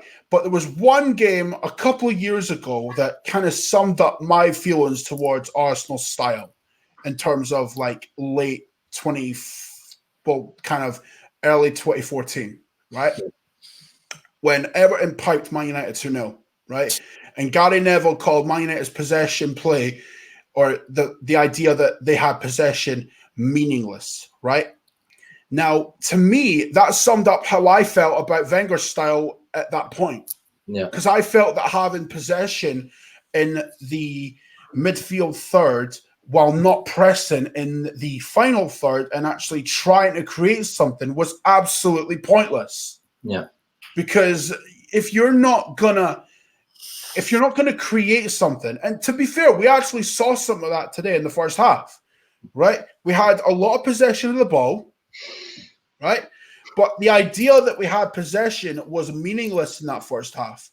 Notice in the first half, we didn't have a shot on target. We only had 2 or 3 shots the whole game, didn't we? Yeah, 2 or 3. 2 or 3, like on target, yeah. 2 or 3. And most of them were in the second half. Yeah. Like, that's how I felt about Wenger's play style at that time. Now, if we can move away from that, right, and be more like we were in the second half, that's what I want to see. More of the second half than of the first half. Because the first half was garbage. It was like living in like fucking 2018 again. And one thing early 2018. We need goals from the midfield this season. We need some goals. I think we'll like Danny Ceballos coming. I think we'll get that now. Yeah. Good Marco again in the chat. He said, plus we have better players who can play in the back four instead of having to revert back to a back five to be protected. Like, I don't want to see it at all this season. I don't want to see it at all. It's not. It just doesn't work for Arsenal. I'm sorry, it just doesn't work. Like, we need to play a back four. We play so much better. We play so much quicker. Like, we just seem to know. We seem to be more familiar with it. Our players seem to be more in tune with this. When we went to a back five last season, like, we were completely clueless. You saw it happen. All we did was ball to Kolasinac, and that was it. And we couldn't even do anything with that because he couldn't cross the ball properly. So. But one thing I want to say about Emery's play style is, although it's not always effective, it does always try to do something. It always tries to make something happen. It always tries to get up the pitch and press. They always try to cross. They always try to do something. Whereas in Wenger, you'd kind of get to the final third and wonder, what's the plan? What are we doing? Are we trying to, go down the wings? Are we trying to pass it in feet? Like, we didn't really have a plan in the final third. At least when we get into the final third under Emery, we seem to have a concrete idea of what we want to do, even if it isn't executed well all the time. Yeah, even Karen says in the chat as well, who remembers sideways, backwards, sideways, pass, on the 18-yard box. Oops, lost possession. It drove her mad. Like most I of don't us, blame probably. her trying to walk it in the fucking net. And also then another comment from London Old School saying we've missed the strength of a Vieira-type midfielder. Yeah, that's true. But those type of players, right? It's very hard now to find. It's very hard to find that kind of player now. Very hard. Like, I think people need to get past this idea of finding the next Vieira, to be honest, because it's just not going to happen. Vieira was one of a kind. Vieira was the type of midfielder that is once in a generation. You just don't see it now. You don't. You're lucky if you get one of them. It's a shame he didn't have a little brother. I mean, look, the way I see it, we need to get past this idea of having another Vieira, because we're never going to have another Vieira. It's the same way United fans need to get past having another Scholes. That's never going to happen for them ever again. Like, these legends of the game, right? Yes, they were fantastic, but they don't exist now. They don't exist. You have to have a different kind of midfielder to that. Yes, it's great to imagine, what if we had a Vieira or a Scholes or a Keane type midfielder? Yeah, it's great to dream about that. But do those types of midfielders, if you're a Europa, kind of like in the Europa League, which is where we are, right? Because those types of players, while they don't exist, if they did exist, they would go to Real Madrid, Barcelona, Bayern Munich. Simple as that. Simple as that. What we need is players that suit Emery's style to the ground. That's what we need. Build the team the way the manager wants. Screw having a profile of player. Screw that. I hate that. I hate that. When people talk about profile of players and players that would be perfect, I'm just like, bitch, shut up. Yeah, I don't think Vieira was a defensive mid, though, was he? Really? He was more. No, he wasn't. He wasn't a defensive mid. He was box to box. Box to box. The closest player to Vieira is Yaya Toure. Yeah. If we had gotten Yaya Toure, right, that would have been the closest thing to Vieira that we would have got. And that's the closest thing to Vieira that there's been in a long time. And truth be told, I don't even think Ronaldo Vieira from Sampdoria is of Vieira level, because I've watched him a few times. People say, because he's got Ronaldo and Vieira as his first and second names, he's destined for greatness. I'm just like, no, he's not. That doesn't mean that doesn't mean shit. That doesn't mean shit. Is he a decent player? Yeah, but is he on the level of a Patrick Vieira? No. The fact that he's at Sampdoria highlights that. Well, exactly. I think one point he was in the Championship with Leeds. And he went from Leeds to Sampdoria. Yeah. Oh, I've not exactly heard glowing reviews about him. No. Looking forward. We're going to look forward now to next game's Burnley, isn't it? So, yeah, man. What are your thoughts? What are you looking forward to going into the Burnley game? First time going to the season. I think we'll smash them. Possibly we could have a Cousins and Ozil into that game as well, because they're close to home. Fucking hell, it's at 3 for me. As you said, Colin, I think we'll smash them as well. I'd just like to see all of our new signings start together, to be honest with you. I just want to see our strongest team out week out from now. I think we will now, because obviously the way I see it, right? If we start with Pepe and I'd start Ozil in that game, because you know what Burnley are going to do? They're going to keep it compact in midfield. We need someone that can We need someone that can break through the lines, and whether people like it or not, like Ozil can do that. So that's the way I would look at things. Mkhitaryan gets nowhere near the team for me. Nowhere near it. Nowhere near it. He failed to impress me today, and I'm even less convinced of him now. So just again, Marco in the chat saying Pepe, Ceballos, Luis are all going to play. They need to play basically next Saturday. Yeah. I don't think we're going to need Xhaka that game either. No, we don't need Xhaka. I don't think he'll be dropped. But what we need is players who's going to move the ball quickly to disrupt their shape. Really. That's why Sarria and Ceballos have to be in midfield. That's why, because people will say, "Oh, but Xhaka had a better season than Sarria last year." Did he? Fuck off. That was bullshit. That's bullshit. Sarria was fantastic last year, right? Now, Sarria, say what you want, but he is more mobile than Xhaka is. Oh yeah. Simple. Ceballos is more or less what Santi was, that creator of midfield. Granted, not as good, but still of a level that could get us a bit more creative in that final third, right? You don't need Xhaka in there, right? No. Because Xhaka is in that team purely for his build-up play. There's no other reason why he's in that team. If you have David Luiz in the starting 11, you don't need Xhaka, because David Luiz, he starts the build-up from the back. It's pointless having Xhaka in midfield if David Luiz is in the team. I agree.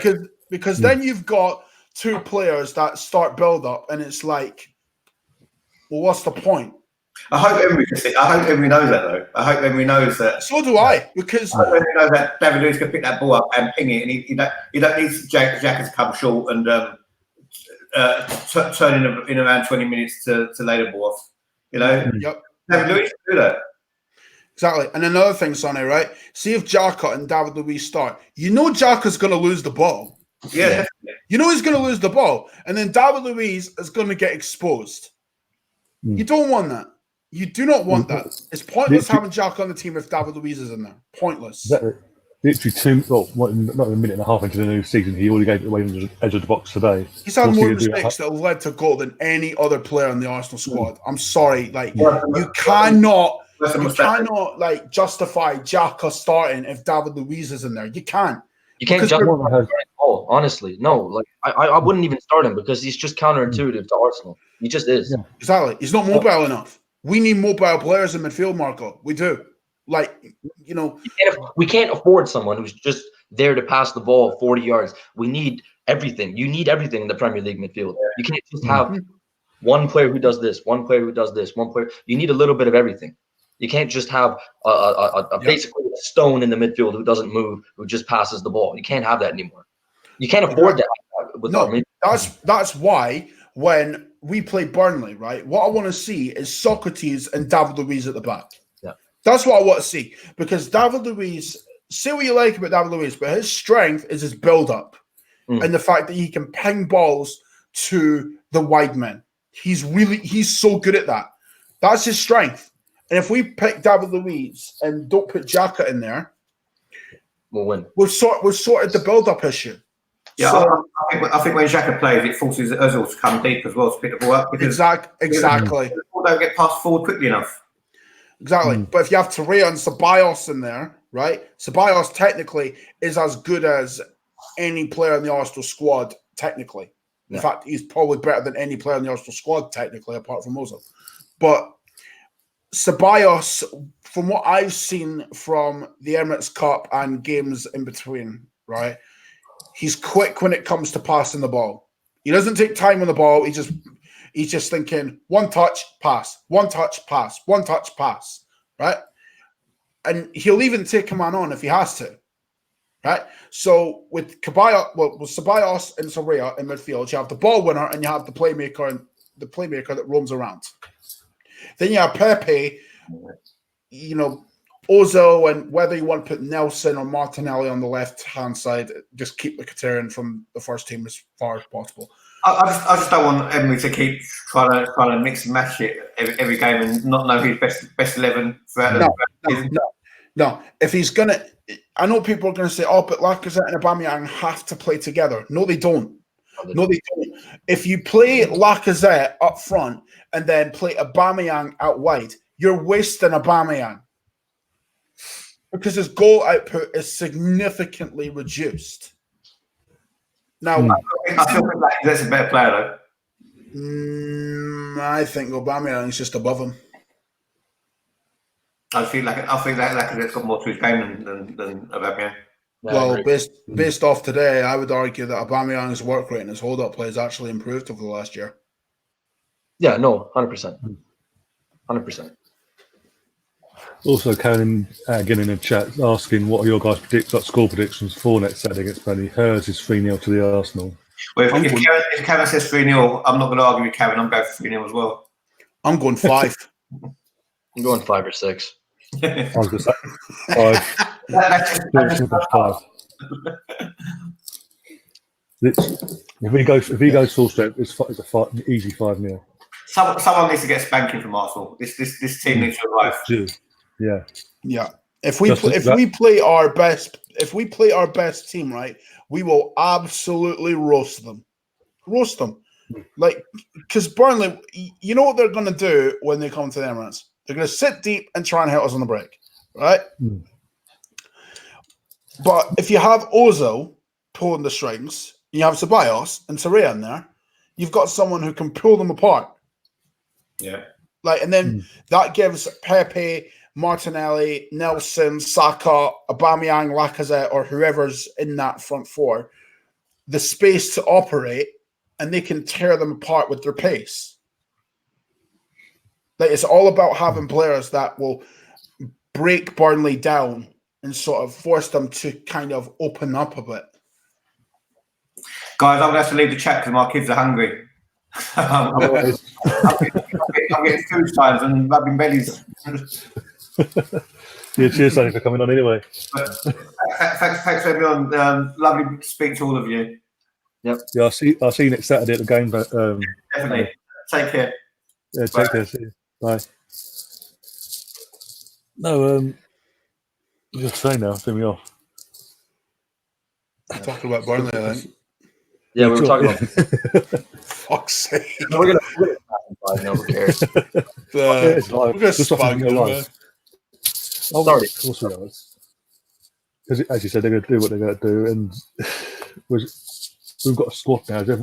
Even the pundits are saying this is a Champions League worthy of, in the sense of qualification squad. This is the squad that should be in the Champions League, but they've now got to put that into action and beating. No, when I say beating, I mean absolutely bumping them. Being teams like Burnley is only going to them at home now. That's what we've got to do. That's what we've got to do throughout the season. And obviously, still, do you know what? Our home record was actually quite good last season. Like, there was only, in fact, if I remember right, the top 6 sides, the only top 6 side that beat us at home was Man City. Yeah. No. Oh yeah. Also Crystal Palace, but they're not top 6. Yeah, they're not top 6. That's why I said top 6, Marco. Yeah. Open your ears, bro. Open your ears, boy. Jesus. No, but like Palace for me, right? And I mean, I don't know why, but I don't think they're gonna get relegated. I mean, ironically, all on like my stream the other day, hopes they finish last. So, I mean, yesterday kind of shows. I mean, maybe that kind of shows all his vindictiveness. I don't know, but nah, they won't get relegated, right? But with Burnley, like Southampton, they're poor, man. Yeah. They're poor. Like, Hasenhüttl's a good manager, right? But here's the thing. With Southampton, you always knew that they would be a tough side to beat, like, way back, right? Now I'm just like, oh, Southampton, cool. We'll smoke them. Saying that we were there last year. Didn't we? Wasn't that the one that beat our 32, or was it our unbeaten run last year? We had this good run. Yeah, it was Southampton, yeah. Yeah, saying that. Just thought I'd bring you guys back down to earth like I always do. That's my Damn job, you. Marco. Stop stealing my job. Yo, No, you took my job. That's all right, guys. You don't need to subscribe to Colin. Just come subscribe to me. I do his job for you. No, fuck that. Okay, down that route now. Okay. Oh, the batter, man. Fuck. Oh dear. Oh, my God. Yeah. Oh my days. Yeah. And I quoted your tweet last night with your channel in it as well. Yeah. Won't be doing that again. Guys, I'm ruining my relationship with Arsenal Twitter. I need some help. No. Nah, fuck Arsenal Twitter, man. They're full of dickheads anyway. They're so easy to beat, man. They're so easy. Oh dear. Oh my days, so reactionary as well. I was gonna. You both threw me off what I was doing there. Yeah, I've got another question from Karen. Let's put it up on the screen. If Wenger was our manager last season, how many out of the top 6 would we have beaten? None of them. Yeah. None of them. We would have lost to Man City a lot by a bigger margin than we did. We would have lost to Liverpool probably 5-0 at home. Chelsea we would have beaten, but you know That's Chelsea, yeah. That's Chelsea. That's Chelsea. We've got their number, so we would have beaten Chelsea. Fine, 1, but no, we wouldn't have beaten. We wouldn't have beaten as many as we did. No chance. Like no chance. I don't even think we would have beaten Tottenham. I reckon that would have been a draw. If we're lucky. I mean, because that's going back to that Northern derby as well. In that game, the first time you saw something different to what Wenger was doing with Emery. In that game, the players we picked them apart. Literally press from the first second to the end was. We picked them apart in the home game. Yeah. We picked them apart, and to be honest with you, we should have beaten them away. Should have beaten them. Oh yeah. Oh. Like we got screwed in that game. No ifs, ands, buts, or maybes. Right? If only we had VAR. Damn it. Because if you notice, right, people were blaming Mustafi for the penalty call, right? Okay, fine. It was a stupid mistake. But if you notice, right, there's 4 Tottenham players in an offside position that took place before. Yeah, no, that was so technically, the foul shouldn't have even come into the equation. Like that goal should have been, or that instance, it should have been offside. We should have won 1-0 and gone away with the 3 points. Because if you look at it over the course of the season, like in terms of like us against them, we were better than them. Yeah, we were. They weren't anything special last year.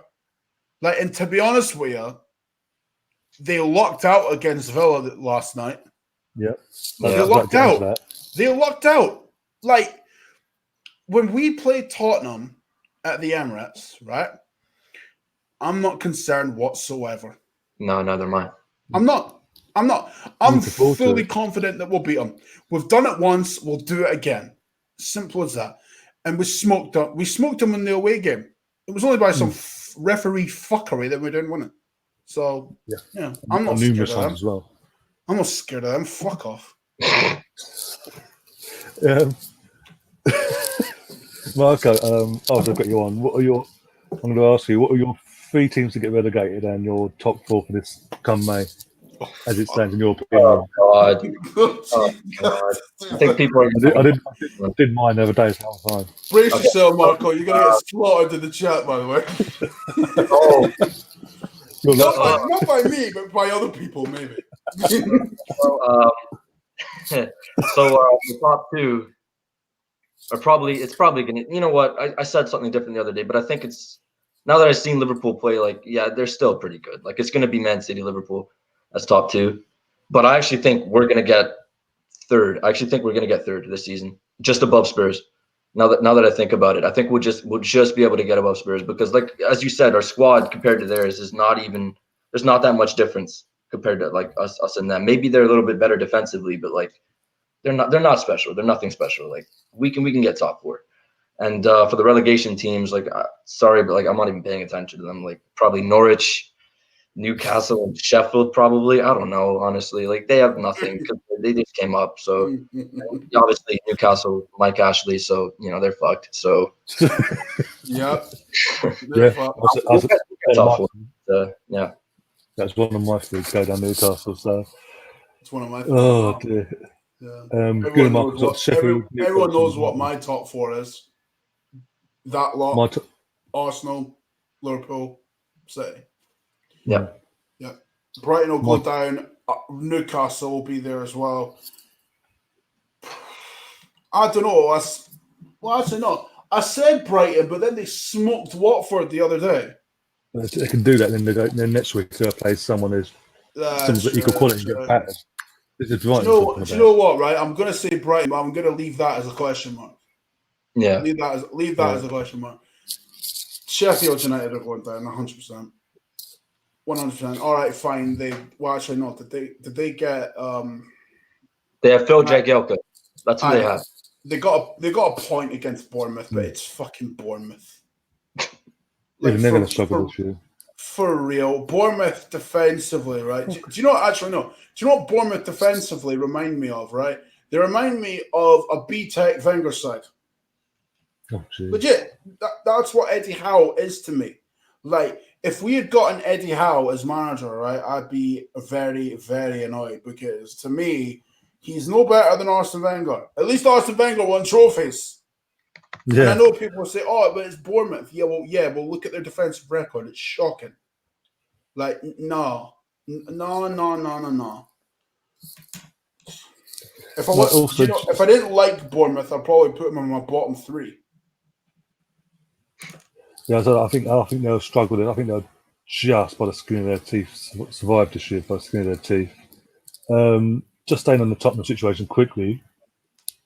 I was thinking about it earlier. Do you believe, like I do, that Poch has peaked now, and that's it? They're not going to get any. They're not going to get any better. 2 years. He's peaked since last season. Last season was the best they'll ever get, ever. The closest they'll ever get. Trust me. With that team, that's fine. Closest. Yeah, they've not even like strengthened that much. Like, does Ndombele improve them drastically? No. If they got Dybala, maybe they'd be like in a better position. Yeah, but Dybala didn't want to leave Juve, man. Yeah, no. Like, man rejected Man United because he wanted to stay at Juve. You think he's going to accept Tottenham? Exactly. No. Like, Coutinho didn't even want to go there. Coutinho, man. I just love the fact that Sky Sports reported that Poch has made a personal call to Coutinho, and that made them front runners to get Coutinho. Oh, fuck off. Fuck off. Are you for real? Like, do you know what, right? Barcelona literally give Coutinho, right? We were the first choice, and they're like, no, we don't want him. Because what was said by Romano, yeah, Coutinho didn't want to join Tottenham. He didn't. Like, he took one look at Tottenham and was like, nah, fuck it, you don't win trophies. Right? Coutinho was offered to us by his agent. His agent. And we flat out said no because we don't want him. Twice. Yeah, Coutinho is turning around and saying, Tottenham? Nah. I want to win trophies, thank you. Nah. Why do you think Kieran Trippier left? He realised he's winning fuck all. So he's gone to Atletico Madrid and they'll probably win trophies. So, yeah, Kieran Trippier has made the right move for him. Do you know what I mean? He's probably going to go to Man United, probably. I think he'll be there because what Ole is like, he's not making it past this year, in my opinion. And then what they're going to do, they're going to bring in an interim manager and then probably get Poch next season. Like, I think that's what's going to happen. And then Spurs, I guess they fall apart. I don't know. I don't know what happens next. Well, do you know what, Marco? I don't know who's out there. Do you know what, Marco? I wouldn't appoint Pochettino if I was in Man United shoes. I really wouldn't. And the reason why, why would you want a manager who's not won anything at a big club like Man United? Well, why would you want Ole at Man United? Exactly. Like, why would you want to go to Man United? Period. True. No, they're. Do you know what I mean? Dybala turned them down. Dybala. This guy's a baller. Yeah. Mm. And people were saying, oh, but Dybala's had a poor season. Listen, I'll admit Dybala had a poor season by his standards, right? But here's the thing. Dybala would improve Man United 100%. 100%. Now, whether or not you would want to be there or not is another question. Whether Man United want a player that doesn't want to be there, fine. But if Dybala did want to move to Man United, he would improve them 100%. I think with United, right, they were banking on the Dybala deal happening, which is why they sold Lukaku. I think they thought they were getting Dybala, and they sold Lukaku because they thought it was a done deal that was going to happen. Yeah. But now that it's not happened and they've sold Lukaku anyway, they're light up front. They're light. Like, let's be honest. I don't care about a 4-0 win over Chelsea. Chelsea are shit. Like, a lot of teams are going to beat Chelsea this year. A lot. Well, we're going to spank home and away come New Year and Christmas. We're going to spank them 5 and 6-0. We will beat Chelsea 100% because Lampard's play style, right, plays into our hands. Oh, yeah. Especially with the likes of Aubameyang and Pepe. If we play Chelsea and Aubameyang and Pepe are starting, they will get rinsed. You see how Daniel James destroyed them? Daniel James. This guy's come from the Championship, Marco. Yeah, man's ripping up Chelsea like it's Sunday League, bro. Yeah. And we have a bomb like Lacazette. Yeah. They are gonna, mate, trust me, they are gonna get raped, bro. Raped. It's not even gonna be funny. Actually, no, it will be funny. It'll be so brutal, right? You think you're watching a demolition job, and there's the one kid from that one Simpsons episode saying, "Stop it, he's already dead." That's what the meme's gonna be. When we rip Chelsea to shreds, that's what's gonna be banded about. Believe me. And feel free to cut this up, lads, right? If Chelsea beat us, right, you can cut this up because I know people are screen recording this shit, right? I know people are screen recording this shit. Cut it up, put it, right, paste, like, and edit and shit, whatever you want to do. And if Chelsea beat us, fine. Put it on Twitter as a meme. I don't care. It'll probably get me more views, if anything. So really, all you're doing is helping me. So, like, cheers. Cheers. Cut it up. Post it as a meme. If Chelsea beat us, fine. Don't care. But they won't. We'll spank them, and it won't even be funny. Actually, it will be funny. The other meme I'm thinking about now you said that is the Tom and Jerry one. With was it? Right now, Tom literally gets it award, makes it into a bat. Dog comes out. Yeah, the dog one. Oh boy! 1-0, 2-0, 3-0. Okay. I've just seen this, lads. Right, this will actually make you laugh. Right. Lampard said that Man United was a reality check. Oh. Insisted the scoreline flattered the hosts. Wow. There's arrogance and make of that what you will, boys. Relegation, championship. They should be in the championship. They should be back managing the championship next season by the looks of it. Hey, do you know what? That Chelsea side's championship level. Simple as that. That's just what also before we move on. This is what I didn't get when Lampard. He literally got Derby to the same position in the league as the previous manager, and then bottled it in the final. Do you know what? I can't wait for work tomorrow. I genuinely can't wait for work tomorrow because I've got this one Chelsea fan who rubbed it in so much after the Europa League final. I'm going to take the piss tomorrow. I'm going to take the wholesale fucking piss. I don't give a shit. And I'll just be like, oh, what happened? Oh, what's Lampard going to do? Oh, yeah, you got raped, did you? Nice. I don't care, bro. I don't care. Bruh, you give it out, you get it back. I don't give a fuck. My neighbour's a Chelsea fan, so I'm going to love it because, again, final, loved it in his car. Unlucky. Like, okay. Mate, if you don't take the piss, right?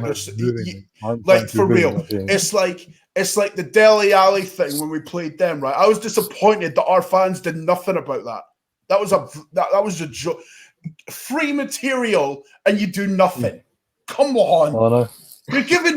You're basically been handed a gift on a silver platter and you do nothing. Why? Like, not taking the mick out of Chelsea when you've been given comedy gold is just wrong. Like, nah. Especially like when they're just so bad.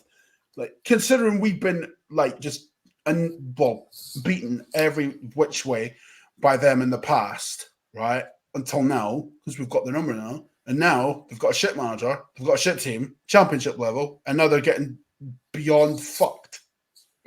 So there you go. Yeah, Ethan, what was it? Counts down. I don't know why I'm swearing so much. I really don't know. I just hate Chelsea. I really just hate Chelsea. Oh my god. Karen's in the chat says what you're drinking basically. What's Colin been drinking all day? Beer. And I'm not drunk yet. Oh my god. Do you know what, Karen? Yeah, it's late at night. It's 10 o'clock. I'm having a beer. I might have work tomorrow. I'm gonna fuck. Screw it. I'm over the moon. We've kept a clean sheet. We've got 3 points. Chelsea got butt fucked. Big deal. Away from home as well. On both counts. Yeah. Ryan, if this video gets taken down by YouTube, by the way, you can blame me. Give it 24 hours. I'll probably get a strike at some point. Yeah. Probably, yeah. Well, unless you haven't monetized it, in which case you're good. I was about to say. Then again, Sam, back in the last season, played a certain video. I'm not going to go into it. We made certain noises, and I was live, by the way. Oh god! Not that! Oh god! Wait. Yeah. Wait.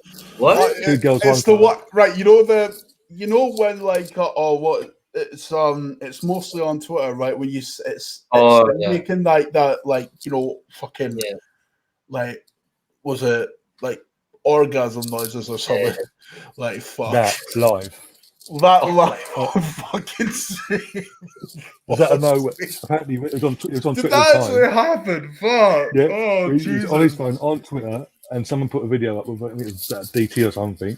He clicked onto it, and boom, the noise. Oh, that one! Oh god. I was like, do you know what was even worse? Right, that popped up on my Twitter, right, and it was like one of these like. What is it? DT's an actual idiot kind of thing, right? Yeah. I had my bedroom window open, right? I clicked on it. It was on like full volume, right? Full volume. One of the worst things ever. Jesus Christ. Luckily there's no one out there. I'm saying, lucky enough that happened. Nothing happened to me. I got no strikes or nothing. So I should be fine for. I should be fine for this. Exactly. Fuck it. I need to control this shit. Like, listen, you guys know I've got no filter. I don't give a fuck. Sorry, Karen just replied in the chat. I actually thought you was drinking Iron Brew. Nah, fuck that. I hate Iron Brew, bruv. Coke all day long, bruv. A lot of sugar, but fuck it. I don't care. Done. Oh, dear. I'm going to wrap this up soon because we've gone over 2 hours now. Bloody hell. Imagine what you can do when you're having fun. The team wins an opening game. It's been so. We won our first game of the season. When was the last time we actually did that? Actually won the game? For years. Oh, you hear me? I can still hear you, Wait. Oh, so, there we go. Oh, is that in your end? Yeah, it went a bit quiet there for a second. I was like, what the fuck? No, not now. After all this work. Oh, dear. Oh, no. What makes it better next weekend? We've got a nice, easy Burnley at home. Chelsea, got Leicester City. Can we not mention Leicester? Like, because I still have bad memories of that. Yes, but In fact, there was one. There was what is it? We'll get our own back this season, don't we? Yeah. I mean, we beat them at home, but then we just flopped away. Fucking hell. I think that's more so down to the hype of a certain new manager who's overhyped anyway by the media because of what he did at Celtic. Because they're overhyping because what he did at Celtic. Mate, he's a shit manager. I don't give a fuck. Liverpool, he flopped. And sorry, me, you, and Mark he didn't flop. Do what he did. No, what he did at Celtic, we could do. No, Brendan didn't flop at Liverpool, Ryan. What he did finish second. Granted, he had Luis Suarez, but like the manager before him had Luis Suarez, and you didn't get that level of performance out of him. Brendan got that out of Luis Suarez. You know, people can doubt that all they want, but you know, they finished second because of what Brendan Rodgers did, like the work that he put in. Like, because Brendan Rodgers, he brought in Coutinho, he brought in Sturridge. Like, that team was all Brendan. Like, yeah, he had Suarez, but Suarez was still like under scrutiny from biting Ivanovic the season before that. Right, sorry, guys. Sorry to cut you off, guys. I gotta get going. You know, so I've just gotta leave early. So, yeah, thanks for having me on the show, guys. And I'll see you guys later. I'll get you back on soon. Don't worry, Marco. All right, thanks, guys. Cheers. And then there was two. Indeed. Now there's no one around to control me. Great. Everyone, Colin, let loose. Nah, we're all good. We're all good. I've had my fun. Oh man. But genuinely, before we wrap up, I am optimistic. I am very optimistic for the season. I said questions have to. If we didn't get top four this year, questions would have to be asked. But I don't think that'd be a problem. I agree. I don't think that'd be a problem. So if we don't get top four, I reckon Emery will get sacked if we don't get top four. I really do. Like, because this contract's up anyway. This team is too good to not get Champions League football. We've strengthened in key areas. We've got a right winger. We've got a centre back. We've got a midfielder. There's no reason why we cannot get top four. No reason. Now we just have to shift out the dead weight, which will happen over the next year. You know, so we're moving in the right direction. We really are moving in the right direction. Yeah. And normal, if this was Ivan Gazidis and co, I would not be confident in the slightest because I'd just be like, well, I know what's coming. But with Raul and co, I'm more confident than ever that they have a plan. They have a plan and they're going to execute it. And I completely have faith 100% in them as well. And the way I see it, Raul and Edu deserve statues outside the ground anyway. Like, Edu deserves a statue anyway because of what he's achieved as a player. But Raul deserves a statue for what he's done in the short time he's been here. Like, I mean, maybe that's me talking at my arse here, but do you know what? Like, if Raul takes us to a Premier League title, which I think he will, I don't know why, but I think we'll win a title with Raul as, like, you know, where he's now, like, kind of like football and director and stuff, right? I think we will win a title with him there. Now, whether or not that happens with Emery is another question, but it could happen. It could happen. Like, maybe the club are thinking, you know what, if Emery gets us top four, we might not renew his contract if Emery gets top four. Like, he might have been a 2-year stopgap anyway. Maybe that's what the club are thinking. Maybe they're stalling until, you know, like they can approach Allegri or something. I don't know. I don't think we're going to do that, though. I think Emery will get top four, and I think he'll extend his contract. I really do. And I'll be on board with that, because Emery's style of football, to me, if we can keep improving the side the way we are, there's no reason why it can't win us a title. No reason. Because if you look at Tottenham, City, Liverpool, most of them, they play this style of football. playing out from the back, pressing from the front. That's what they do. Like this style wins you leagues. Yeah, is that that new? Is that the Invincible, that era where we went to double and Invincible, like the early noughties. That side of football was the known thing to win silver, win the titles throughout Europe. But then it's evolved since with Spain winning back-to-back Euros and the World Cup. It evolved, and it's evolved again to this style of play. Karen in the chat's now asking, are we going to finish before match of the day 2 tonight? I don't know. We will. I've got one last topic to I don't know. I don't know if I'm. Do you know what? I don't know if I'm going to watch match of the day 2. To be honest, I might just watch it for the Chelsea game because I'm not going to watch our game again because I don't know if I can watch the highlight. Do you know what? They might as well do? They might as well put with our highlights, right? They might as well put the Mkhitaryan miss and the Aubameyang shot and be like, okay, first half done. First half done. Second half, Aubameyang goal. Ta-ta. Bye-bye. 3 highlights. That's all that happened. Who cares? Oh, Pepe came on and skinned a few players. But yeah, put that in the highlights as well because people need to see that.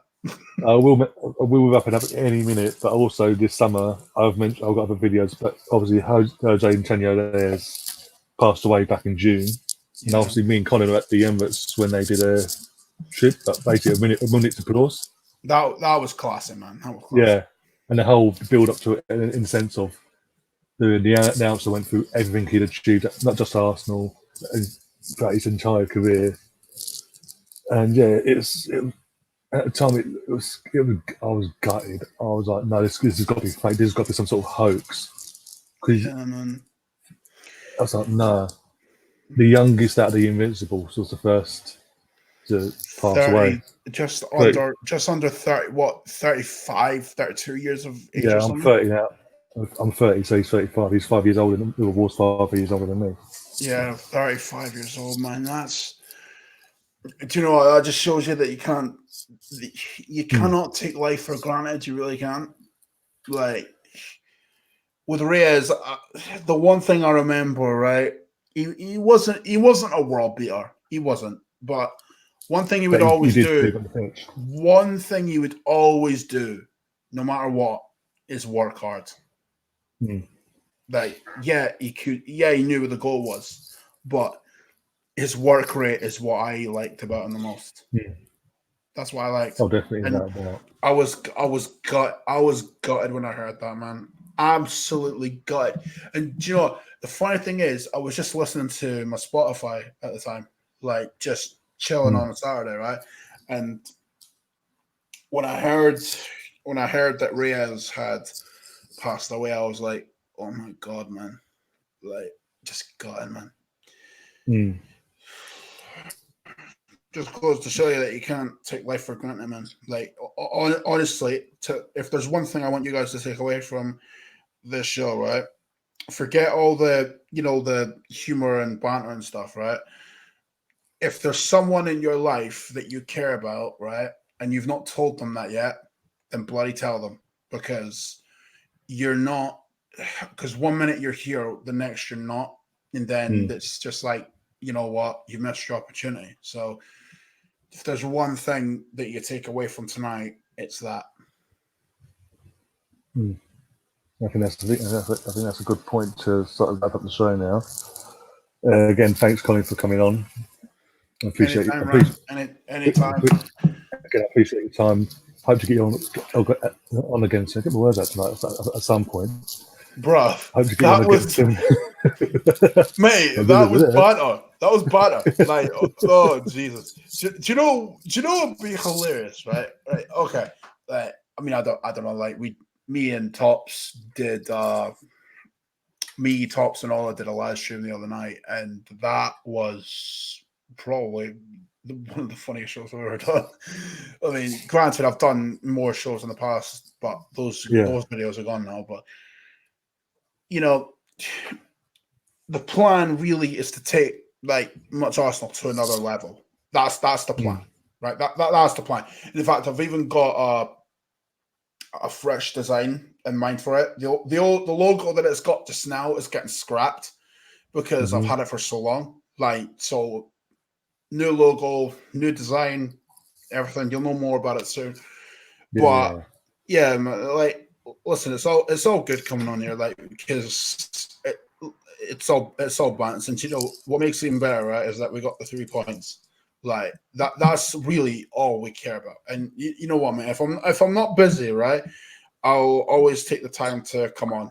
I'll always take the time to come on. I'm not a hard guy to get in touch with. Okay, fine. I might reply a little late sometimes, but that's only if I'm busy. That's only if I'm busy. So it's all good, man. It's all good. So yeah, hope you guys enjoyed watching, you know, and hearing me talk a lot. I get it. I can ramble on sometimes, but you know what? It's all coming from a good place. It's all coming from a good place. a happy, loving place. Yeah. Not a dark place, lads. Just know that if I'm smiling, right, then something good's happened. If I'm not, well, then hell's frozen over. Yeah. Run for the hills. Run for your life. Run. Run and don't look at me. Oh, God, man. Again, thanks. I was in a hobnob war. Don't look at me.